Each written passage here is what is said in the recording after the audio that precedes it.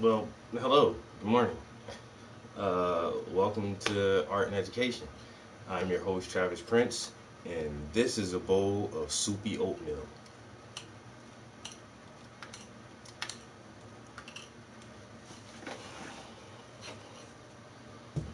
Mm. Uh, Greetings, salutations.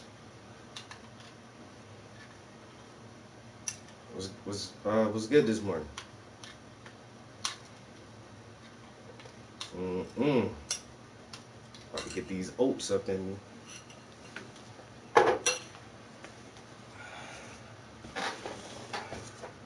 Gotta get them oats up in there.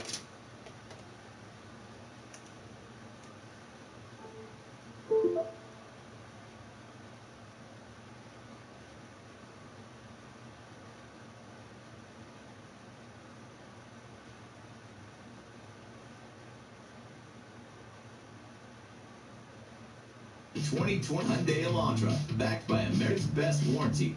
That's better than Toyota.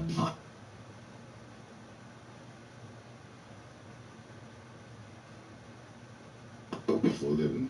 How is that conducive to anything that we want to achieve? Wise. Artistically. No, it's a very wise decision. Like really wise. Yes. That smells great. I told you, son, that's the one. That candle is the shit. I'll do a commercial for it right now. You can cut this out. Thank you. Hi, I'm Dave Chappelle, and this is a black ash candle. It smells. What the fuck?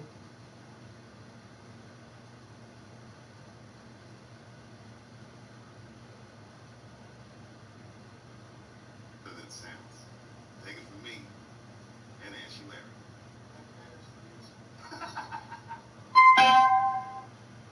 One take. Washington State's doing it different than Nevada. Everyone's doing it different. But everybody's trying to do it also. Yeah, but government things, they can shoot things at 1,000 yards. Like, snipers have hit shots at 1,000 yards. So just think of that number. It was a crazy thing to That's just so be able far. to sell to somebody. You know, I'm not going to get into all that kind of stuff. But A mile is 5,000 feet. And then 1,000 yards a bullet. That's crazy. That's so far. it's really far. That's a long squint. Yeah. They get 10,000 feet for them. It's nothing. That's the nothing. scope, though. That has to be a scope.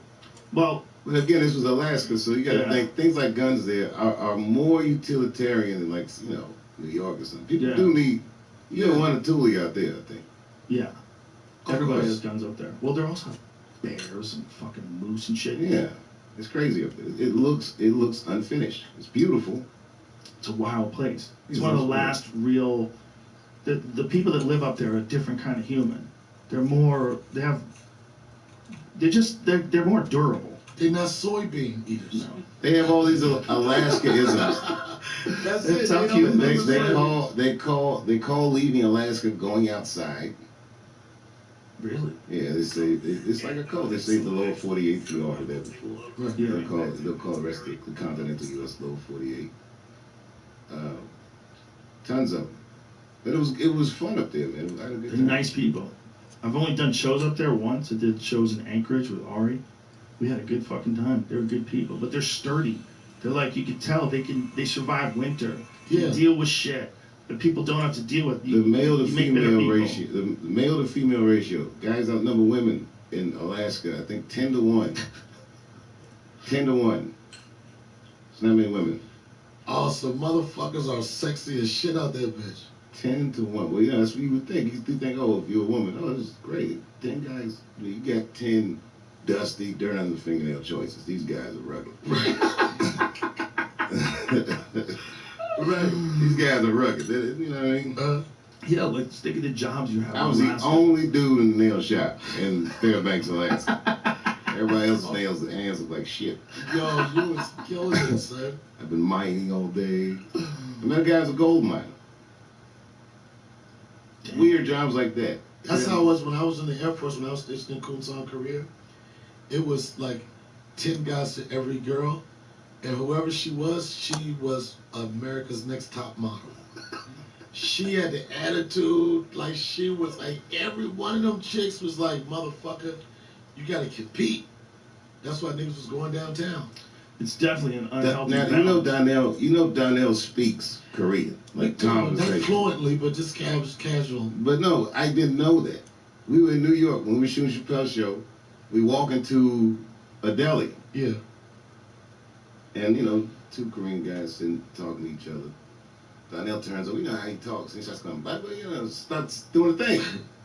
And I thought he was fucking with him. I'm like, oh, come on, man, don't do that. Like, I'm so sorry, sir. And the guy looked shocked. And then the guy started talking back, and they talked to each other for a couple seconds.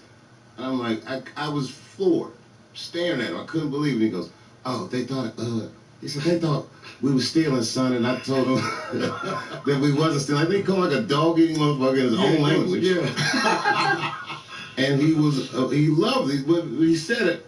He promised me he'd call him a dog-eating motherfucker. Yeah, Kasich, yeah, I went hard, son. Don't mock it out. Because Don't mock it he out. was saying something about you while you were standing there, and he didn't know that you could speak Korean. It was, when we were it was engaged in the amazing. conversation, me and the guy was engaged in the conversation. Dave thought I was mocking him. You know, Dave thought I was mocking, but I was really having a conversation with him. So Dave didn't know. He thought I was like fucking with him, like, yo, you can't talk like that. And then I was rocking with him. It was like, oh shit. Those guys were floored. I was floored. They're like, when they see a black guy go into one of those stores and speak any level of Korean, they fucking lose it. Like, how often does that happen? Well, clearly this means, one could surmise that when you were in the Air Force, you spent a lot of time off base. I did. You would just be in town and just hanging out. I would talking just to go, when we had days off, I would go to like these little small cities, whatever they live, they never experienced Americans, let alone a black guy, and I would catch boats and shit over there, just hang out with them. And that's how I got, they got accustomed to me and I got accustomed to them. Can you read it? No, I couldn't read it, but I could, back in the day, I could spell my name, But it was just like I was with trustworthy people. You know, we all worked together, and it was just like, what can I do, man? Let's go see what your culture is about. You know? That's cool that you learned that. That's So a this is rare Joe thing. Rogan. That's probably a difficult language to pick up to the South. This is a Joe Rogan podcast, and he had Darnell Rollins on. And then, like, towards the end of the podcast, Dave Chappelle just pops up. It's like, yeah, come on in, Dave Chappelle. And then Dave Chappelle sits down. Now he's on the Joe Rogan podcast. They're so different. Well, to me, I think it's a testament that you're a people person. Which goes back to the original point we all made. You find a way. If you want to hang out and talk to people and nobody speaks your language, I don't speak that language, yeah, you find a way. Yeah, you will. Did you learn from books? Did you take classes? So it was just sharing with the main gate. We worked the main gate. You would have 12-hour, 16-hour days. So it's a one American on one side, and there's two Koreans on the other side. You could just stare at each other all day, or you could just start doing word association. You know what I mean? This pointing at stuff. Oh, wow. Comes up, What did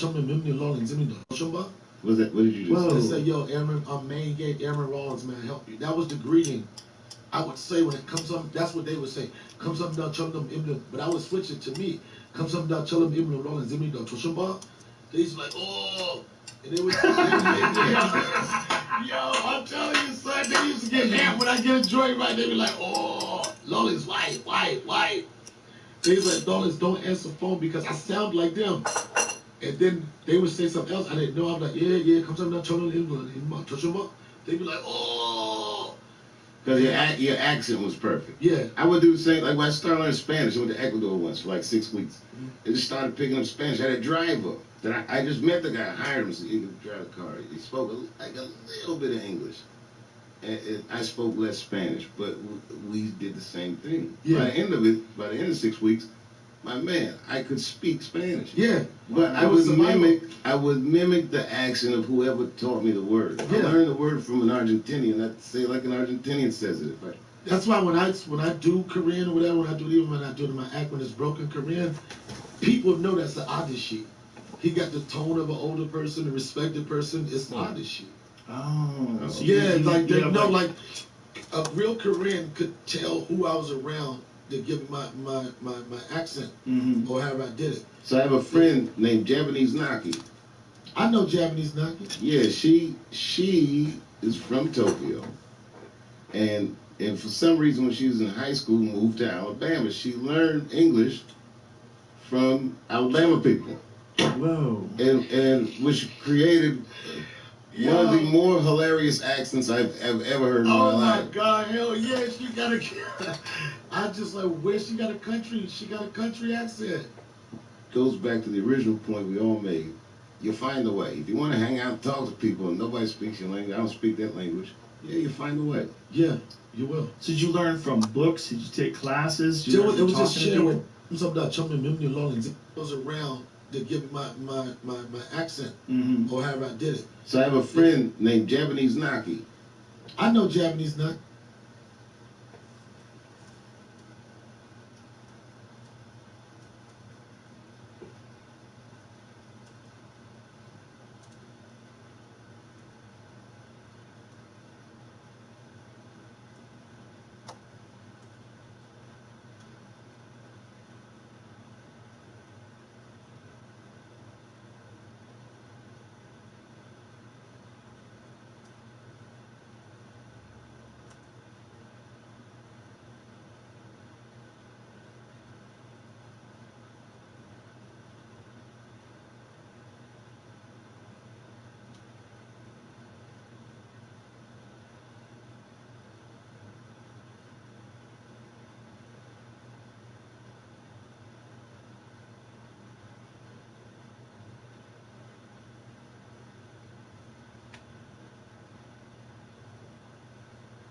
Do for a living. I was that conducive to anything that we want to so achieve. wise. This November, Ibotta is partnering with Walmart to give away some free turkeys and potatoes and green beans and more. That's right, free. 100% cash back on everything you need to have a great turkey day. Install the free browser extension to get your free dinner.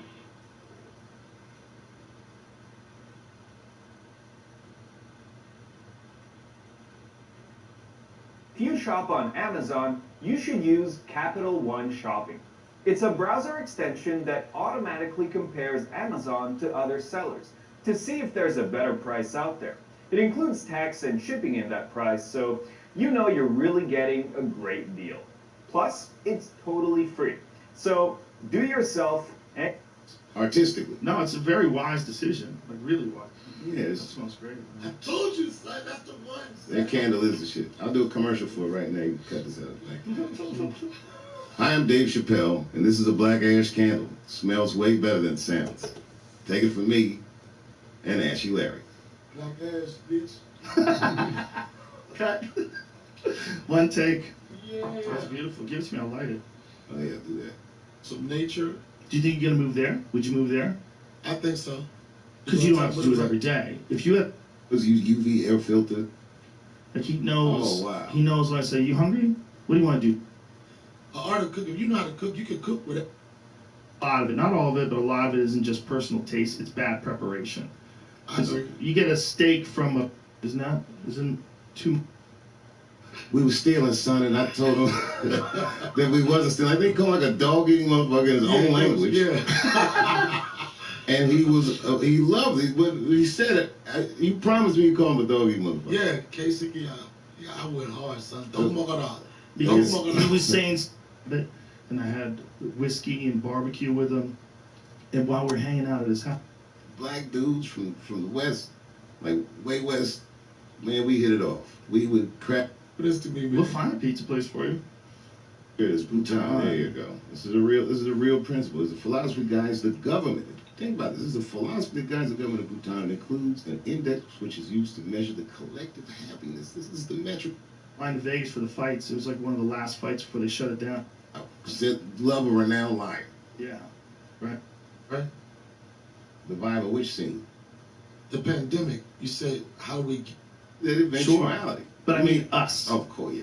We couldn't wrap Us. our mind around it. Even if they told you, even if you watched Bill Gates' speech at TED Talk in 2015, I don't think it's totally ready, but it very soon will be ready. And if it's effective, he thinks He's a that soybean boy. he's a great man. And All right. What up? So I was trying to find this one part right here because I heard it yesterday. I just wanted to listen to it again. So this is the Joe Rogan podcast, and he has Darnell Rollins on it. And Darnell Rollins was one of the actors on the Dave Chappelle show. And so like more than halfway through the set, Dave Chappelle pops up. And Joe Rogan is like, yeah, just come on in, yo. And so now it's Dave Chappelle and Darnell Rollins sitting down with Joe Rogan, yo. And Dave Chappelle says, I know the show's close to the end, so I just want to ask you what you think about the vaccine. And like Dave Chappelle brought this shit up to Joe Rogan. Like and he wanted to talk about this vaccine for the COVID. And I was like, that's crazy because Joe Rogan has one of the most popular podcasts. Like, if not the number one top podcast, yo, he's one of the top. Like, everybody listens to Joe Rogan. And that's what Dave Chappelle wanted to talk about on this widely listened to podcast was how trustworthy are the people telling us this vaccine is ready. I won't let you disparage him like No, that. I'm not. For dinner made easy? Move over, meal prep, and make way for pre-chopped and pre-portioned ingredients. I disparage him. He's certain niggas is soybean, motherfucker. He's soybean. He's a doctor. Okay, Dr. Soybean. Anyway, he thinks the vaccine will be very effective, and even if they don't know where to go, and they die, they don't know where to go, and they never wind up reproducing. Which one They don't garners the figure it most out. money? Like, which one is the most? Salmon. Salmon's huge. Well, out of all fish, it's like probably tuna. Really? Yeah, but there's they're running out of tuna, man. They keep just jacking tuna. Talk to those old tuna guys in Japan, and they're like, we used to see a lot of tuna. Now you go to the tuna market, it's a fraction of what it used to be. There's just not as much tuna left. Yeah, people love sushi. I know they do it in Atlanta.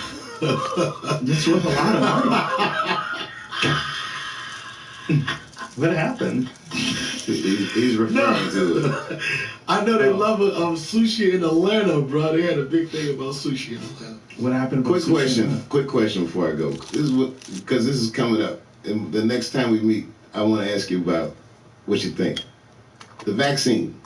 Are you taking it? I'll take it if it works. If I feel that the doctors have all gotten their opinions behind it, and they think, you know what it is? It's like an mRNA vaccine, this new vaccine that makes your body think that it doesn't introduce actual COVID into your system and you fight it off. It makes your body think that it's COVID, and your body builds the proper proteins to fight it off. The guy explained it to us yesterday, Nicholas Christakis. He's from Yale. He thinks he likes no, he doesn't. He's a good man.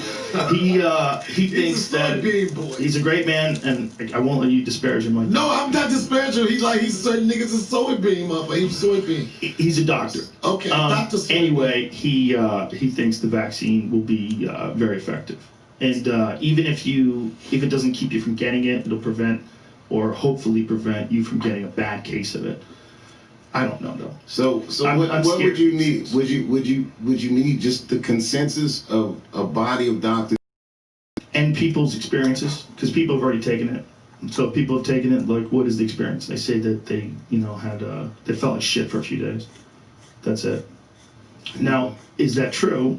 I mean, who are they? Have you talked to them? What's a few days? And what do you mean by feel like shit? Like, did you try running 4 days later and you still felt terrible? Like. So wait, apparently they're distributing this vaccine almost now, right? I don't think it's totally ready, but it very soon will be ready. And if it's effective, they're going to encourage people to take it. It makes people real nervous. They're going to have it for like doctors and like essential people at the beginning of it. Yeah, first. And then it's going to probably people that are high risk, like older Yeah, but the folks. thing is, it's going to have people have a sense of like there is something that could be done now. Like it's a sense of hope. It's a sense of progress. It's a sense of like, it was at one time we didn't even have a thought of a vaccine. Now we got competitors and shit. So people will think different. Listen, if it works, we should take it. But I know how people get real nervous. Black people don't fuck with vaccines. I told you that, son. How do you feel about Dave, it? Black people don't fuck with no vaccines, Dave. Well, I mean, I feel like it's inconclusive because your caveat was, I'd take it if I felt safe about it. Yeah. Well, that's just the thing. Don't you feel like that the same way? Well, of course, but so now, for the first time we're learning how the process of a drug, going through trials. We're learning this literally as a nation. We're all watching this thing take place. And an accelerated version of it. An accelerated version of it. Because usually a vaccine takes multiple years to develop. Yeah. So this is really quick. To be able to have something this quick and turn it around and it's like those movies where they find a cure by the end and you're like, that's bullshit. They're doing it. Well, not a cure, but a vaccine. Big deal. The good thing is, if another one comes around, they're going to be more prepared to do something like this quicker. Right. I think people needed to really understand that in our lifetime, something can kill the world's economy and kill hundreds of thousands of people here and 1 million people worldwide. I think everybody understood. I think we knew it, but I don't think we really expected it. Right. They knew it. The Obama administration had prepared for precisely that eventuality. Sure. But I mean, us. Of course, yeah. We couldn't wrap our mind around it. Even if they told you, even if you watched Bill Gates' speech at TED Talk in 2015, you would never internalize it and think there's a pandemic coming. Now we know. Nobody. Now we know there is. Now we're going to want to invest in the medical infrastructure to make sure that they prepare better next time. This is hopefully people are going to learn from this. That's 100%. People know. There's nothing is going to be new. There's nothing going to be new about it. No. Well, the debate is largely philosophical, right? I mean, to this end, there's two schools of thought. One school of thought is it's just going to be what it's going to be, and you got to keep moving. Like, why close anything? And the other school of thought, which I thought was, this is more than just a philosophy. It was a science. Right. Remember, the premise when they locked us up was we have to wait to catch up to our medical infrastructure. Yeah. So we don't overburden our medical infrastructure. We got to suppress the disease till we can build up the infrastructure. And they gave us an early estimate of 2 weeks. This is how a comedian does. when the comedian's doing a real long set, he goes, one more thing before I go. And then he does it 4 or 5 times and you realize, oh, this guy's going to do another hour. Oh, yeah, that's so fucking rude. Yeah, but you know that trick? Yeah. That's what the pandemic, the quarantine felt like. Mm. 2 more weeks, 3 more weeks. Maybe we'll open bars and, you know, that kind of shit. But there's no way to control it other than create it yourself, right? What do you mean? Like the whole vibe of the scene, right? The vibe of which scene? The pandemic. You say, how do we get used to it? What can we do about it? Well, he's also saying, here's the thing. We never signed up to let people tell us that we can and can't take risks or go to work. And by saying that if you do it, you're going to kill other people, that's what changed the game. Right. And so everybody has to figure out how much of that they're willing to accept and how much of that are they not, and whether or not they're willing to take a shot. Take this vaccine without, knowing the long-term effects of it or worrying about the long-term effects of it. And some people are naturally averse to taking any kind of medication. They don't want to do it. And other people are like, if you tell me it's good and all the doctors agree and that it'll help mankind, I'll fucking do it. That's how I feel. Listen, polio, okay? Shit doesn't exist anymore. Smallpox doesn't exist anymore, at least not in the numbers that it used to, right? You got the All old because, vaccine for that. that's vaccine. because of vaccines. Like, the idea that vaccines have done bad things only, or that they're dangerous only, it's crazy. Like, vaccines are responsible for the giant population. It's not of people. vaccine, but I think that at the core of this is you just trust. Yes. Do you trust these sources? And people realize that they're at the mercy of someone that they don't necessarily trust. Right. That's the rub. Well, maybe that's the problem. Don't touch your own face and don't go outside. I'll tell you when to come out. Because that love a renowned liar. Yeah. Right. It's a tough one. That was a tough one. Especially here, it goes touches something really sore in the core of an American's identity. Like you said, how can you tell me to do this? Yeah. It's crazy, man. This was a tough one here. It's a weird one. It makes us redefine what it is to be a person. Like if all of a sudden you have other people that got elected into a position of power. That's all they did. They won a popularity contest, and they're dictating whether things go this way or that way. And they don't necessarily have the right answer. They just have their own answer. And Dallas is doing it different than this town, and Washington State's doing it different than Nevada. Everyone's doing it different. But everybody's trying to do it also. Yeah, but governors can tell you what you can and can't do. It gets real weird. And I get it. They're trying to keep the hospital numbers down, but you told us it was going to be 2 weeks. Like, you guys said 2 weeks, and now here we are, like 9 months later, and everyone's just waiting only for a vaccine. But I'm not speaking about, if it's right, if it's wrong. I'm not speaking about it like that. I'm just saying whatever it was, that was very difficult. Yeah. That was very difficult. Very difficult. I was fine. But not knowing when you can work, not being able to move around, not being able to see my mother. You would never thought. If someone had told me 11 months ago, even the night before, the last night we were on tour, we were in Milwaukee. Yes, it was Pamps. The last show, it was the last night between shows, right? It's a 2-show night. And the energy had changed. It went from festive to people looked worried when I got off stage. Tom Hanks had it, the one NBA guy who had touched everything and had it. And then the horn starts ringing that they're going to shut the country down. I literally go, that's impossible. What are you going to shut down the world? It's impossible. This is what I thought, my initial reaction. But the energy changed. Now I go out and do the second show, and immediately, and I wasn't even thinking about this shit earlier that night. I come out on stage, everybody reach your hand, hey, and I thought about it. Okay, I start, shaking people's hands. Oh, worried. But yeah, it was, the day before, wouldn't have even been concerned about it. Went into the green room for 40 minutes and talked to people who've been glued to the television watching the news, and then they scared the shit out of me. My behavior changed almost instantly. It was interesting. I don't want to get too heavy. I'm only hanging out. No, man. No such thing. It's not too heavy. That's exactly how I felt about it, too. I remember I shook a dude's hand on a flight. I was flying to Vegas for the fights. It was like one of the last fights before they shut it down. And some dude goes, I don't know, you want to shake hands? I was like, I'll shake your hand. When he shook hands, he had a mask on already. I was like, wow. He was ready to go down. I think this was the very beginning of March. This was the first time I would have been test in any capacity was when I did your show that time. Mm. That was the first time I had an antibody test or anything. I would have never expected that here we would be deep into November, and we're all still kind of locked down. When this started, you lived in LA. You had no plans to come here. Yeah, you're in Texas. Think about it. Your whole Yeah. life has changed. What's interesting about this time, there's another thing we should talk about next time I come, is that in mass, it feels like we're rewriting our social contracts. You know, the whole thing. And COVID is an accelerant on this process that I could have never imagined. Yeah.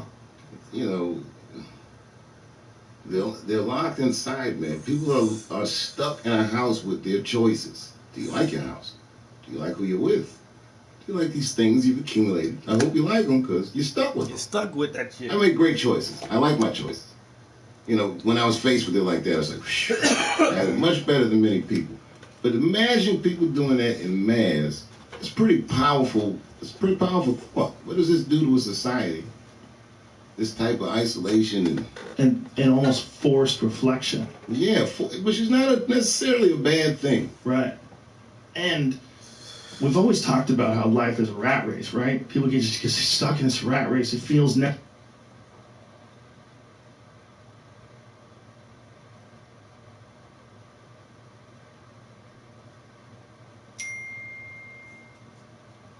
Bruh, what the fuck you been doing? Huh? You feel like you got some bad karma coming back? You feeling guilty about some shit, my nigga?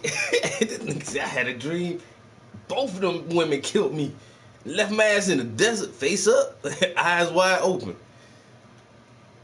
Damn, bro, what the hell you did, bro? That's crazy. My ex-wife and my current wife.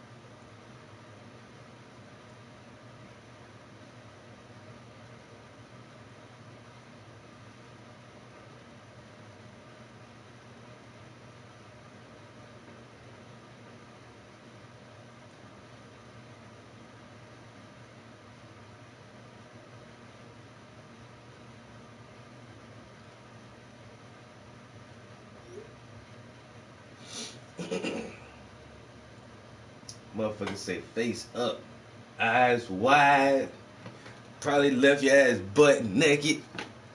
Let the motherfucking vultures and the ants get to you. Scorpions. That's crazy, bro.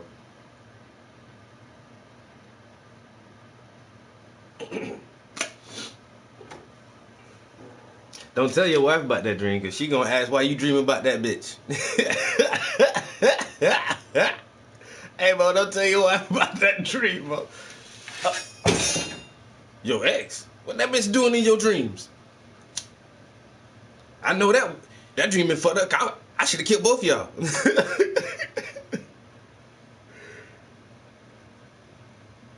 Oh, man. Ooh. Bruh, that sound kind of messy. I'm gonna back away from this. I got some good jokes, but it sound kind of messy. Now this nigga, he having nightmares about it. Wait, bro, you know I love you, bro. Hey. Yo, hey, you know, hey, man, we solid, bro. A1, you know what I'm saying? But that shit sound messy. This nigga is having nightmares about getting murdered by women. Ooh, the power of the pussy. Boy, that subconscious, that shit crazy back deep down in the back of the mind, boy. That shit crazy as hell back in there. Shit, wake you up. Oh, shit. Heart beating fast as fuck. You trying to figure that shit out. Why is my mind sending me these images? What the fuck what does it mean? It's a little sound a little messy, boy. It's a little messy right there, bruh. I ain't gonna lie.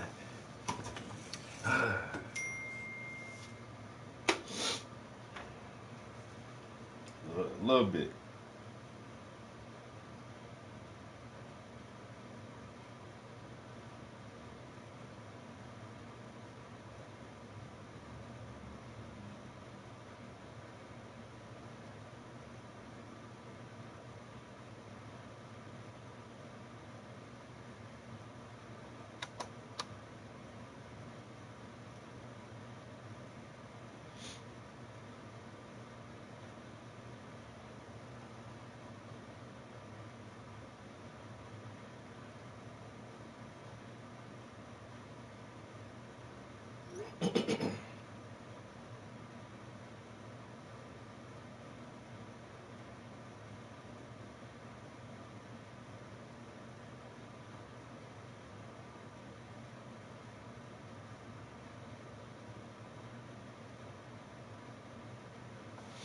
All right.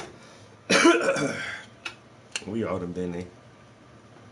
We have all created some messy ass situations. And if you haven't, you just young, that's all, nigga. you just young. Give yourself some time. You'll put yourself in some messy ass shit. It's human nature, man. Cause for a long time it just seemed like ain't hurting nobody. And then whatever occurred, you realize it is hurting somebody, then you're like, fuck. Then you feel guilty. Then you have nightmares about getting murdered in the desert and shit. And that's just life. That's how life be. Shit. You know what I'm saying? I done had dreams about getting murdered. I done had dreams about murdering motherfuckers and wake up cold sweat like, why the fuck am I thinking that? You know what I'm saying? I don't want to die. I don't want to kill nobody either. You know what I'm saying? Messy ass situations. You know what I'm saying? All fucking day. That shit don't even cross your mind. All day. Don't even cross your damn mind. But go to sleep and then you can't control your damn thoughts. And them little bubbles from the subconscious start floating to the surface. And then they be full of all kind of bullshit. Like, god damn, I forgot about that. I never thought about this situation. What if this occurred? And like all these hypotheticals and memories and alternate simulations of events. And it's just like, I love dreams though. They the fucking best. Dreams are fucking awesome. When they not so scary. I don't like when the dream turned into a goddamn nightmare. God damn. Wait a minute. And wake up sweaty as shit. Fuck. All that shit, man.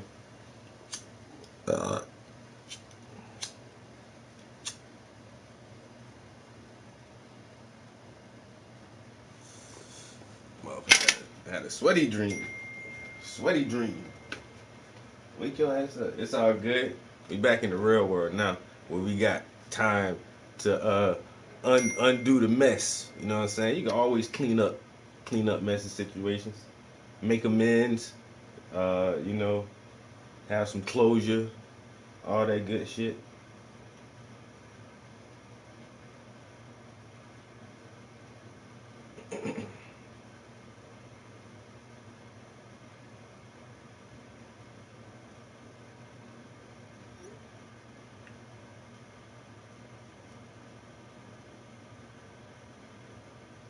They better say black dreams.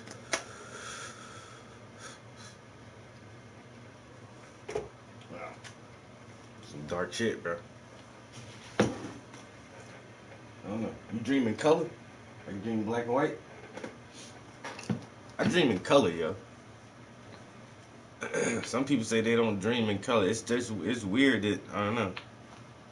I can't even imagine like dreaming everything's in black and white, or I don't know. There's this one movie you can't really stream it anywhere. I've tried. It's not on YouTube. It's not on Hulu.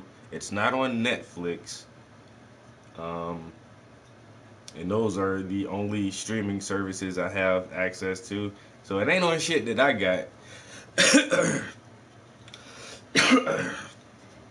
I mean, there's like clips of it on YouTube, but not like the whole movie. It's the worst shit ever like that.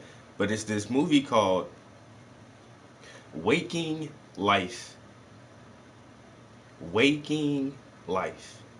It is so cool, man. It's this old ass animated movie, and this guy is kind of walking through this dream world, and he just like comes across all these different people. It's maybe like, I'll say anywhere from like 8 to 12 different people he encounters while walking through this dream world, and they all have these very deep introspective conversations on like all these topics.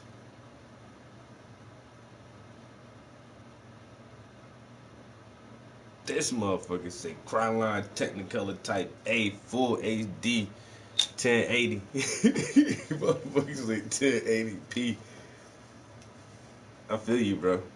That's how I dream. My shit be just like, I'm alive. I like real life, yo. My dreams be just like real life.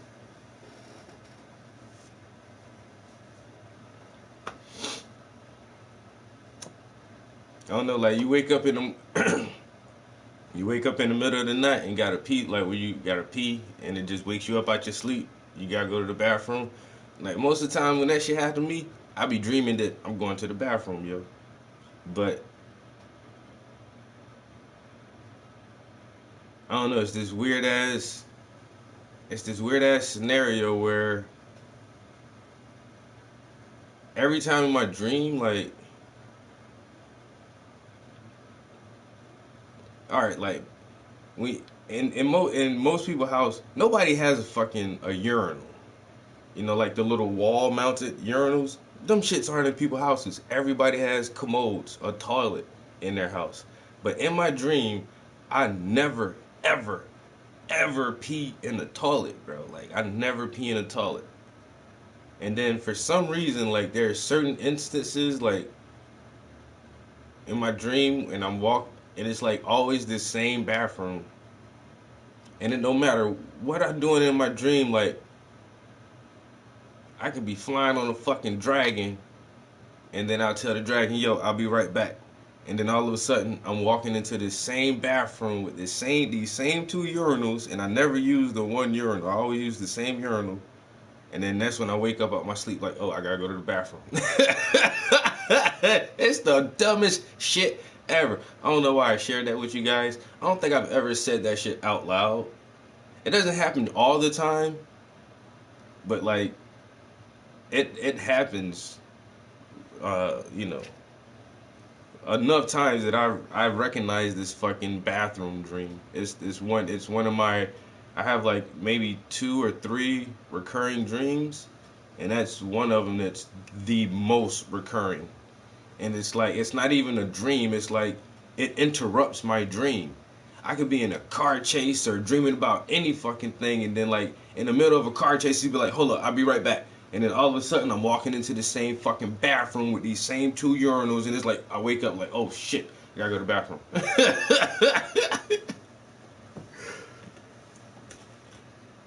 In my friend's PS2. Damn! This nigga said, ooh, I peed in the PlayStation.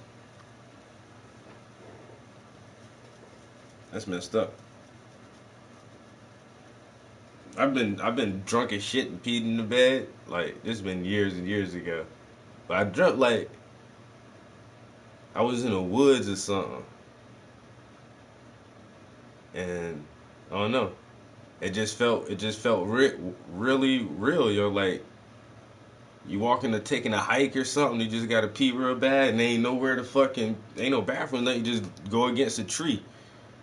And I woke up, I pissed in the damn bed. Like, oh shit, the fuck? I thought I was outside peeing. That's how. I think that's why I use this like my mind kicks in this bathroom dream now. Like, in the dream where I dreamt that I was peeing outside on the tree, I didn't wake up from my sleep. But it could have been the amount of alcohol too, 'cause I was fucking drunk.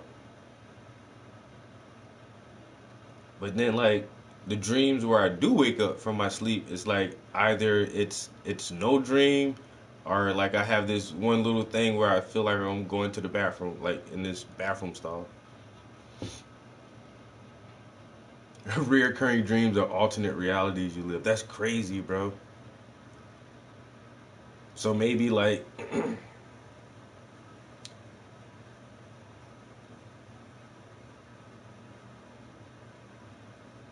man. So I wonder where that bathroom is at, yo. And in my alternate life, like I'm just so familiar with going to that fucking bathroom. And then I wonder, like, in my alternate life, and when I dream, is it a dream of me pissing in this toilet where I live? Like, I don't know. That's crazy. Does my alternate reality dream about me?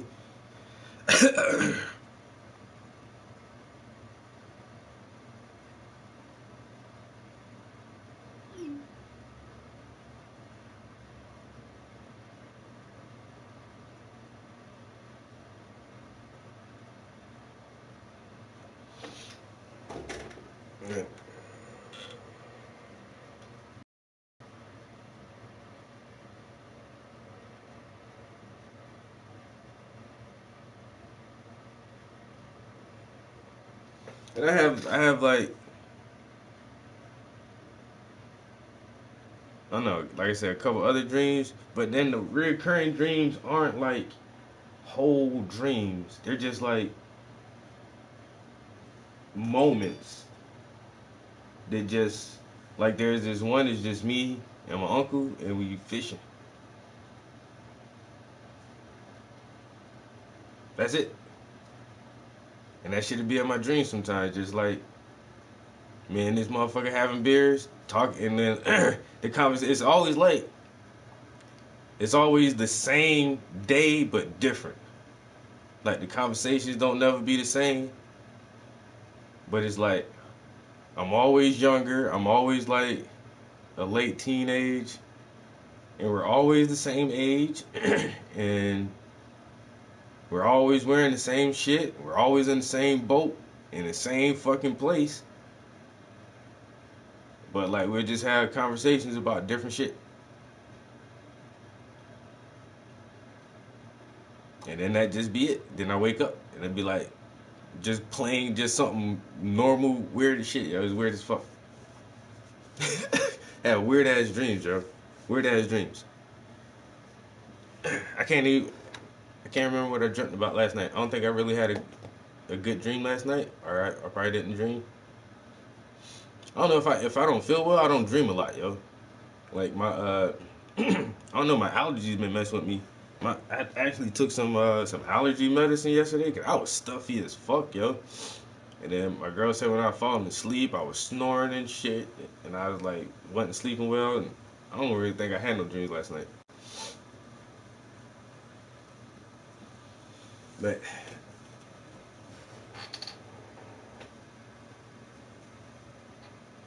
that's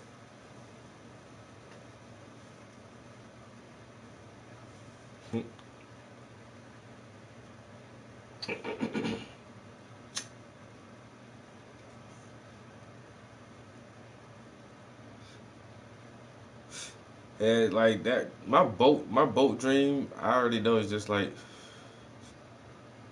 my uncle. He been passed away like years ago, but I kind of use his personality to bounce my personality off of, and I guess it's always me like what would my uncle say or how would my uncle handle this situation, and so I try to just figure out like but I guess I have him as like a like the as a the representation of him telling me, but it's still my own thoughts and shit. But just to have my uncle say it sounds different. So conversations with myself.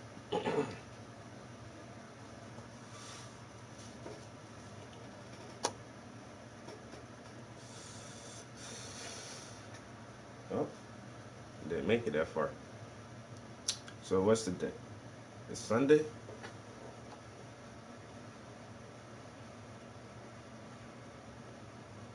Sunday the 22nd. Alright. What are we gonna listen to today? Easy Canvas Prints. Unlimited 11 by 14s for only $11.89 each. Delete. Santa Letters. Travis, amaze your child with letters from Santa. Delete. Smile Direct Club affiliate. Travis, safely straighten your teeth 100%. Delete. Amazon.com delivery update. Your package is on the way.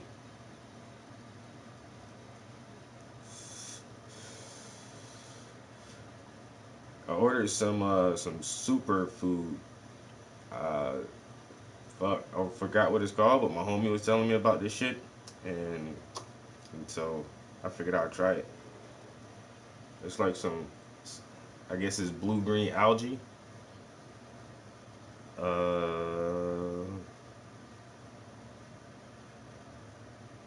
Somebody's trying to run a scam on a fucking vehicle I actually asked about. Delete that shit, yo.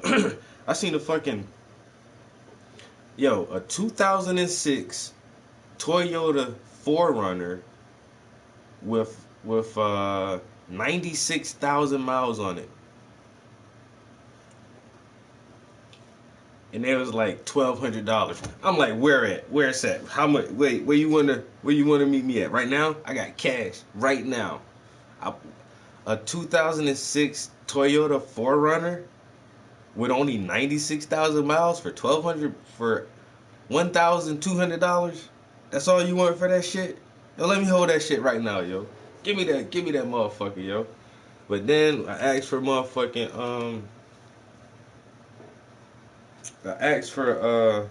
more pictures because they only had like one picture of the outside, and I'm like, this is on Facebook Market, so I'm like, I'm interested. You got more pictures of the interior? And then there's like, oh, send an email to this person, and they'll send you some pictures. So I sent the email, said, hey, I'm interested in the 06 4Runner. Do you have any interior pics and more exterior pics? And then, oh, hi, my name is such and such. I'm in the military, and my husband died, and I gotta do this. And it was like this long story, and it's like, I ain't asked you all of that shit, yo. It sound like some fucking fake ass shit, yo. Now I'm upset because motherfuckers hit me with that fakeness. Thought I was about to get a 4Runner. What? What? Yo. Would have got that bitch right out. Oh, if y'all want so this is my local Facebook Market. Let's see, type in PS5. Yo, I'm just popping up the thing on the back. But yo, there's PS5s everywhere, son. What? $1,200. You want that? Yo, $1,300. $1,100 for the digital Joan. $1,100. $1,200. $1,200 this version. Yo, these shits are everywhere in my neighborhood, yo. But I can't pay fucking $1,200. And then somebody probably just copy and paste a picture from the internet, and your ass go somewhere and get fucking robbed, yo. Some of these look like the same pictures. You know what I'm saying? Because I was thinking about just snatching that shit from somebody too, but everybody carry guns now, so I ain't gonna snatch somebody. Like, yo, yeah, I'll buy that shit. Meet me over here, son. Give me that shit, bitch. It's mine now. But wait a minute, nothing, nigga. It's my fucking PlayStation now. Body style. SUV. I need a new SUV, yo.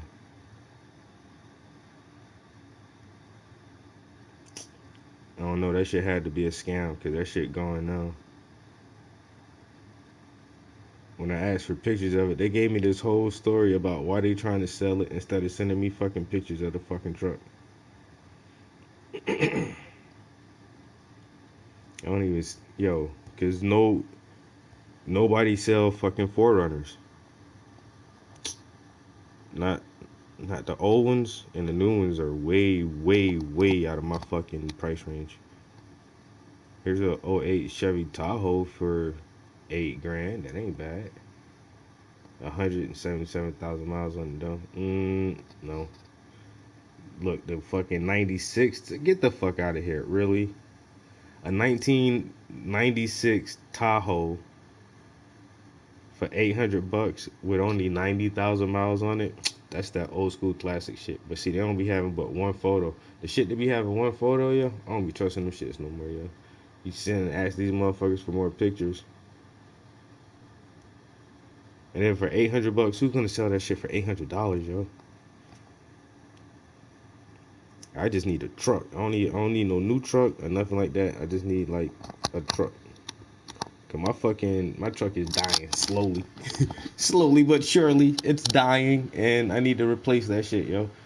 I got a 2006 Chevy Equinox, and the fucking heating system is going out in that shit. The engine is pretty strong, yo, but I think the transmission is starting to slip a little bit, and the heat doesn't work anymore. So let me get rid of this shit before it breaks down on me. I drove it the other day, like, for about an hour or so. And then it rides with no problem most of the time. You know what I'm saying? But I was going up, like, this one steep hill, and it, like, jerked a little bit one time. Like, it kind of felt like I was going from second gear to third gear. And it, like, jerked. And I was like, what the fuck was that? And it happened just that once, and it was on a pretty steep hill, but still, it's like, I don't know. A military base near you? I'm not exactly sure, bro. I'm not exactly sure. I'm in Northeast Pennsylvania. So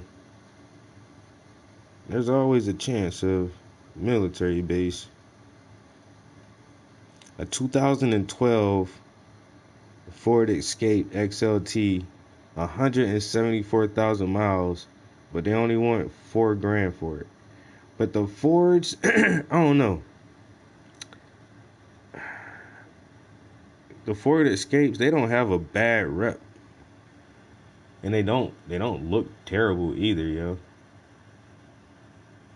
I mean, over the past few years, Ford has focused more on their SUV lines and less on their cars. If y'all noticed that, like, Ford only has really just a Mustang now. Like, Ford used to have a couple of different fucking cars, and they don't make cars no more. It seems like they're focusing on their F-Series pickups in their mid-size SUVs.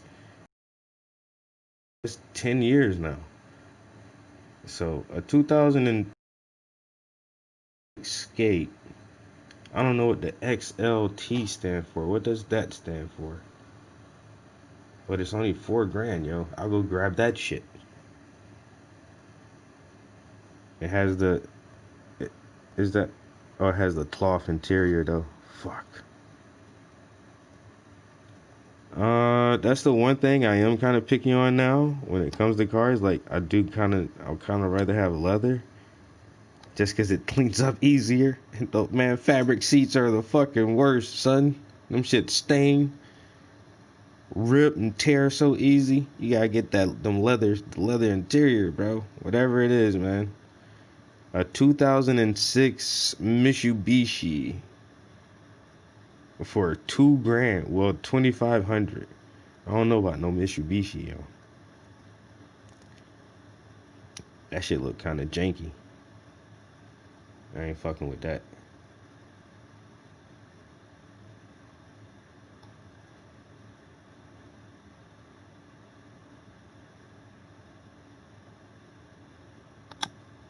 GMC or Chevy.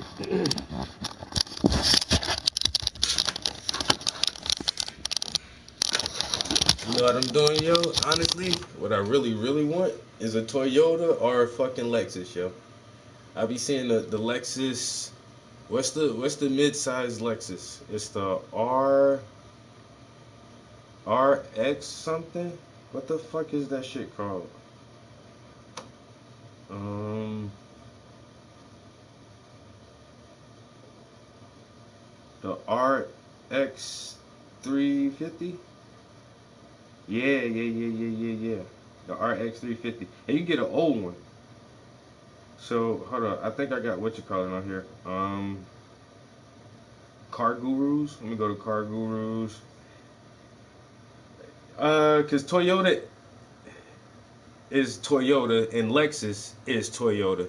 And after doing so much research, yo, on cars, cause I recently bought not a new car. It's new to me, but I bought a Lexus, and it's because like I don't know. I pay cash for my cars.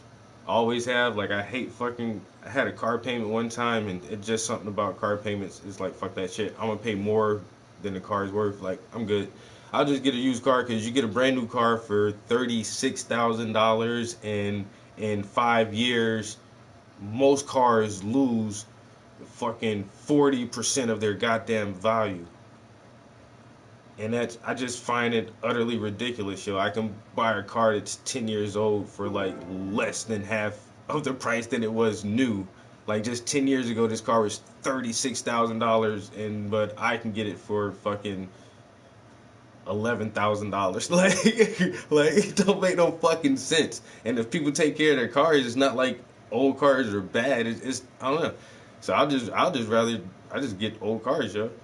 And so I was like, all right, let me get because I had a car. Well, for the past couple of years, I've had a car and SUV because of my art. My art has gotten bigger. I do larger canvases. Um, People invite me to do shows further away from where I live, and shipping art is fucking expensive. And then I remember like the last time I tried to pack like 5 or 6 paintings in my, and uh, I had a Chevy Alero, no, a Oldsmobile Alero, and I'm trying to drive like 2.5 hours with a car packed full of paint, and it's like I can't do this. I need a something bigger, a van, or and then that was my first thought. I was like, I'm gonna just get a van, and I was like, I ain't want to drive no van. You know what I'm saying? I ain't want to be in no minivan. You know, and I was like a pickup, and then I was like, then you have to still cover the back of it, and I was like, all right, just get an SUV, I guess. And so I just looked around, and I've had like a couple Chevys, and I was driving like say a Oldsmobile Chevy, damn near the same fucking thing, yo, cause same engines and shit. And so that's when I had got my Chevy Equinox, and it's just a normal, plain, mid-size SUV, where the back seats fold all the way down, and I can shove my fucking art in the back, and that's the only reason I bought the fucking vehicle, so I can move my own art around. And I've had that truck for like 7, 8 years now. I've had that truck for about 7 years. Only paid $3,000 for that truck, yo. No. I'm lying. I paid $3,300, and then about $3,500. It was $3,300 plus like the tags and all that shit or whatever. And over the years, I've had tires put on it twice. I had the front end redone once. That was the biggest job. That was like $2,000. And then, but I had the front end was real wobbly, yo. I hit something real hard, a pothole, and fucked that shit up. And so I had that redone, and then like the rotors and brakes and all that shit. But that's it. Over 6-7 years, like I feel like I got away pretty fucking good, and now it's just like the heat stopped working in it, and that just happened like last summer, and so it's just like, it's still I can still drive that bitch though. It ain't, you know what I'm saying, crank that bitch up right now, go wherever, but I just want something nicer, and so so I had that the SUV, and then I had a Monte Carlo, and nothing was wrong. Nothing was wrong with it at all. I just wanted something like newer. And so when I decided like to just get a newer car, I was like,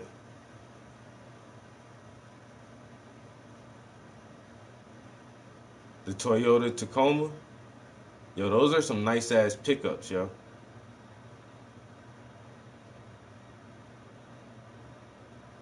I can imagine living in the city, bro. It's just, nigga, I might as well use public transit, because just to park and store your vehicle, like that shit is a whole nother set of bills right there. That shit get crazy. I know the insurance on that shit be extra and all that. But when I finally decided to like just get a newer car, I did a lot of research. Not a lot of research, but enough. For a couple weeks, yo, just listening to like what is, and this was my main Googled question: what is the best used car to buy? What's the best used car to buy? And yo, if you look this shit up and really look at what a lot of different people say, if you look up what is the best used car to buy, and then read what like 15 or 20 people say, most of these motherfuckers gonna say Toyota, Honda, Lexus. Those are some of the top ranked vehicles, and it's weird because Lexus is Toyota.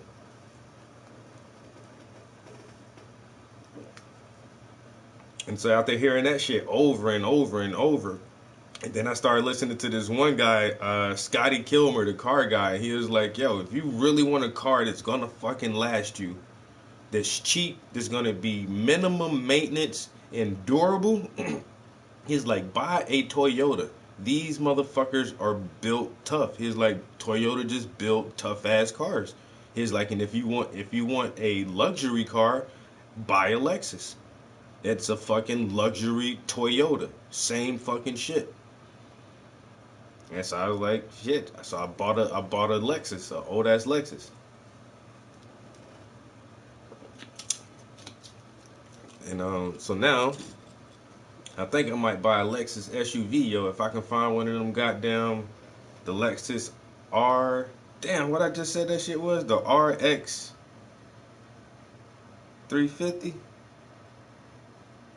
Let me find one of them shits, yo. A used one for cheap.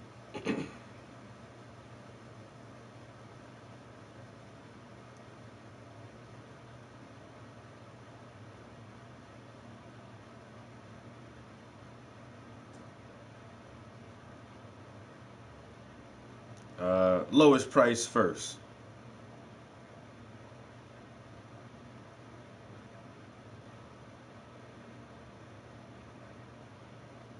That's what I'm saying. These shits, you can't really find these that cheap. Well, they're cheap, but cheap enough. He said that's real talk. Yo, so here is, yo, even the older models with a little bit of miles on them shit still.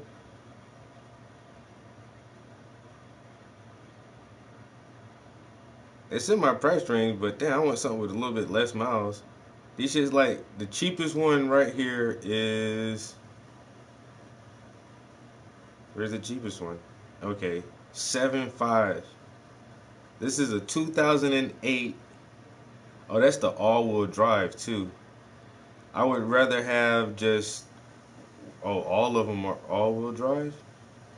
are those the ones that get sold the most, because the all-wheel drive systems are a little bit more complicated to work on if anything does happen to them. That's why I would really say with an SUV like this, I would rather have just the rear wheel drive. Damn, this whole fucking here's one that has front wheel drive. All of them are all-wheel drive, but the cheapest one is a 2008 Lexus RX 350 all-wheel drive for $7,599, and it has 1,600. Hold up.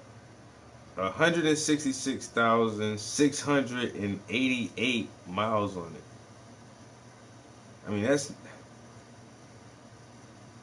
for a Lexus. They say that's not bad, but that shit still seems kind of high. This right here has 154,000 miles, 154,000, 151, 146, 148, 95,000 miles. A 07 with 95,000 miles for $8,000.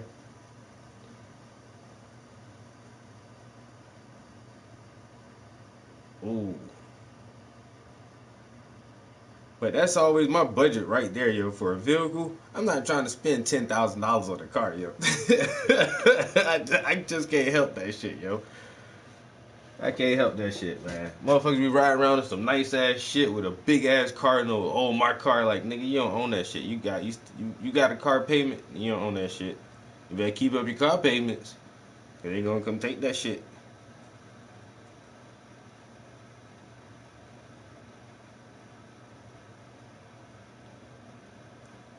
That's what I'm talking about.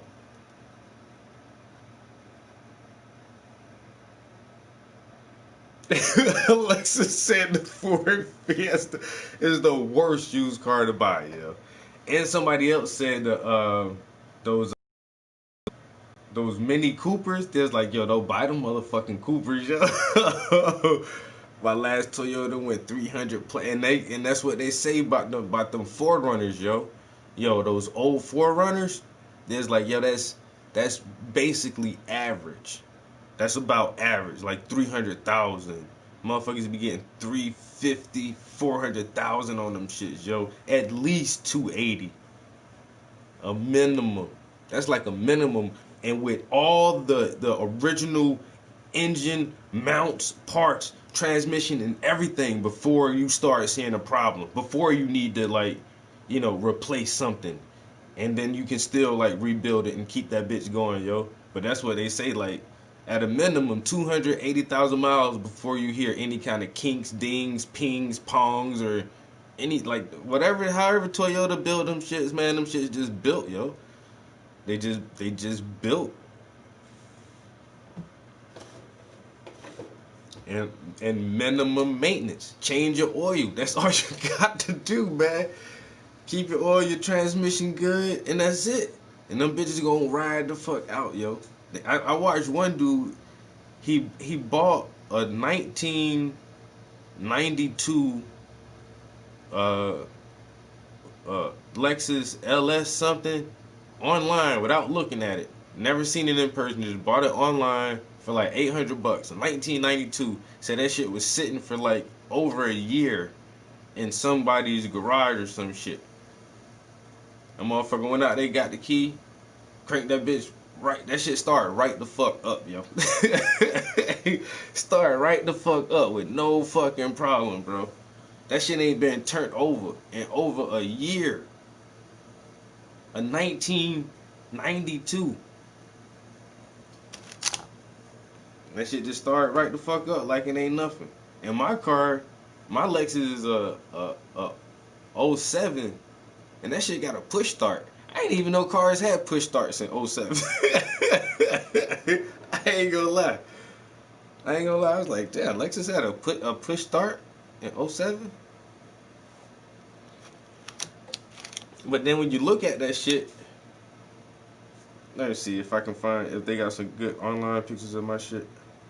I don't think I got pictures of it myself. Hold on. I might have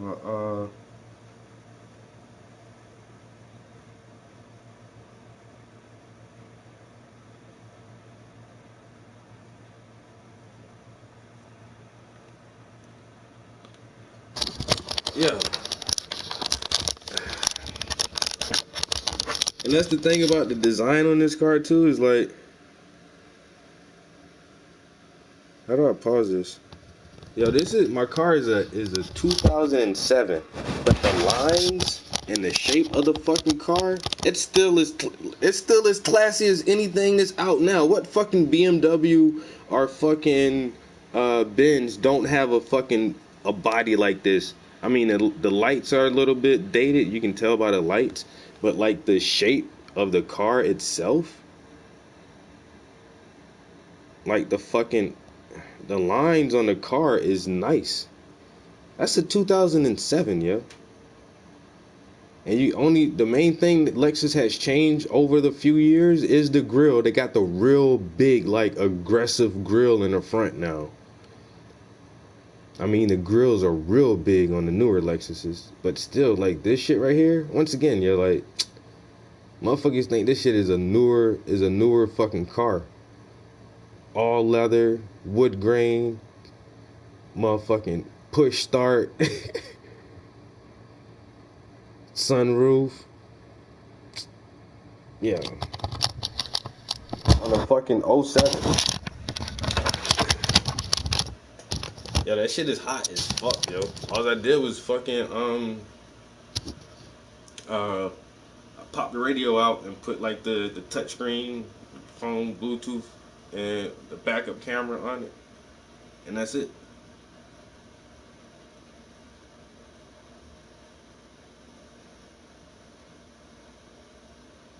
Amazon notification.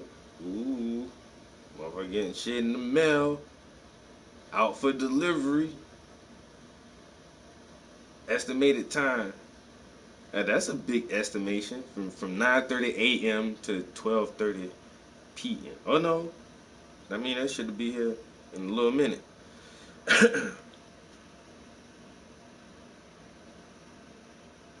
The Dyer's Dart, those shits got. I like how the lines on that shit look too, yo.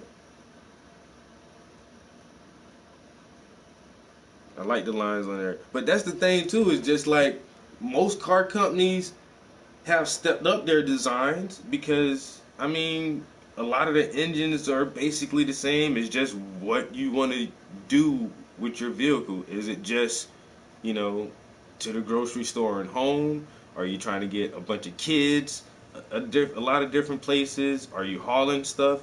And then once you figure out what category you're in, most cars are the fucking same now. Even like I remember when I saw like, I don't know what I thought it was. I was like, damn, that shit look nice as shit. And then it drove by and I seen the back of it is like Kia. I'm like, that's a fucking Kia? Get the fuck out of here. That's a Kia? And then you see some other car drive by, it's like Maserati. It's like, it looks just like the other shit. You know what I'm saying? Like, once again, like my car, like that shit just looks like cars. Most cars just look nice, no matter what kind of car it is. Most cars look nice nowadays. They have stepped up their design teams, and even the cheaper, more economic cars still look pretty fucking cool. And so I've been going. That's why I don't care. I just need something that's longevity. I just want something that I'm gonna have for a while, that I ain't gotta keep taking to the shop all the time for no bullshit. And I don't want to spend $35,000 going into debt and having car payment. Just like I said, man. When I buy cars, I normally have like a max of $10,000. I've never spent $10,000 on one vehicle. Nah. You know what I'm saying? Like I'll spend $7,000-8,000 on a used car, and that's about it, man. It's just a fucking car. It's just a car. Like I'm not gonna live in this I don't live in this motherfucker, man. You know what I'm saying?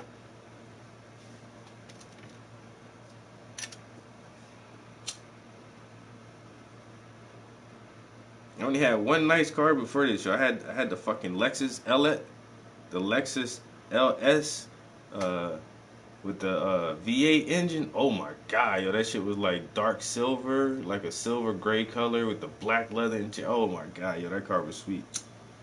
I thought I was a baller when I had that shit, yo. That's like the big body, uh, the Lincoln. Damn, I keep saying Lexus. The Lincoln LS. That shit was a 2003.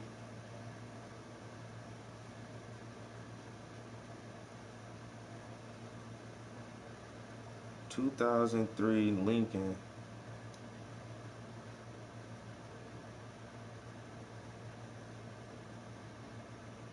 LS with the V8.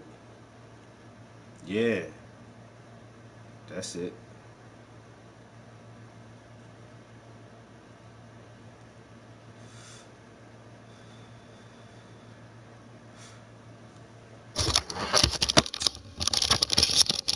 This joint right here.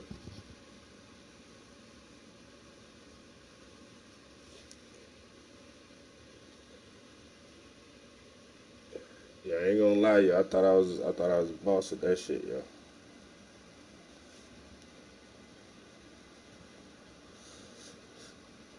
Yo, then that shit had the V8 engine in it. Yo, when you hit the fucking, you smash the gas on this joint, it's a big body sedan too, yo. It's like a full size sedan, and that shit just heavy. Big, heavy, big ass engine. But that shit was a goddamn gas guzzler too. Oh my god, I was living in the city too. Oh my god, I get gas like every 3 days. That shit drank some goddamn gas. I'll never drive anything but a Toyota again. I'm right with. Hey, I'm about to be on that same page with y'all, yo.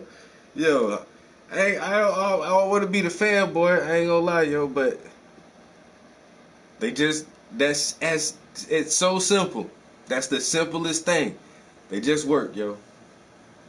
That's motherfucker. They however they built that shit, yo. That shit is gonna work and it's gonna keep on working longer than most other vehicles, yo. And then I see now that I'm in a Toyota and I be seeing all the BMs and Mercedes, I'm like, I know y'all be having all kind of issues with y'all shit. Y'all be having y'all shits at the dealership. Motherfucking $900 this, $2,000 that. Like, nah.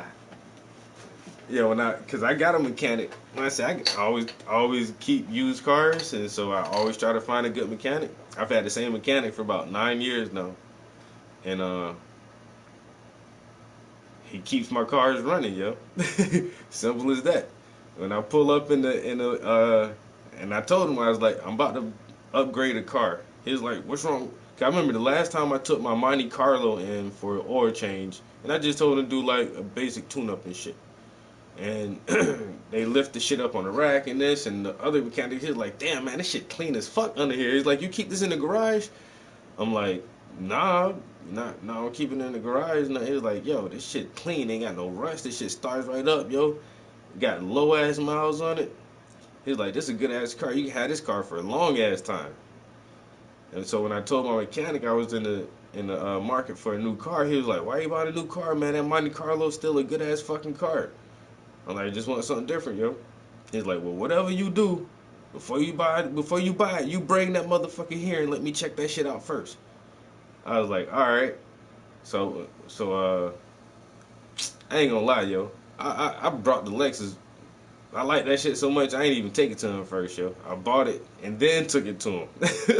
I was like, yo, you need to look this shit over, make sure it really ain't no problems with it, yo.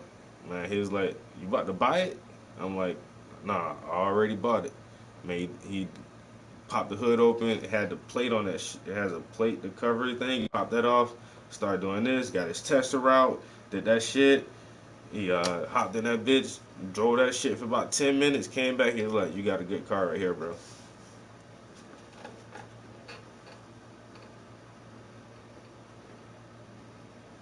They working live or dead in transition.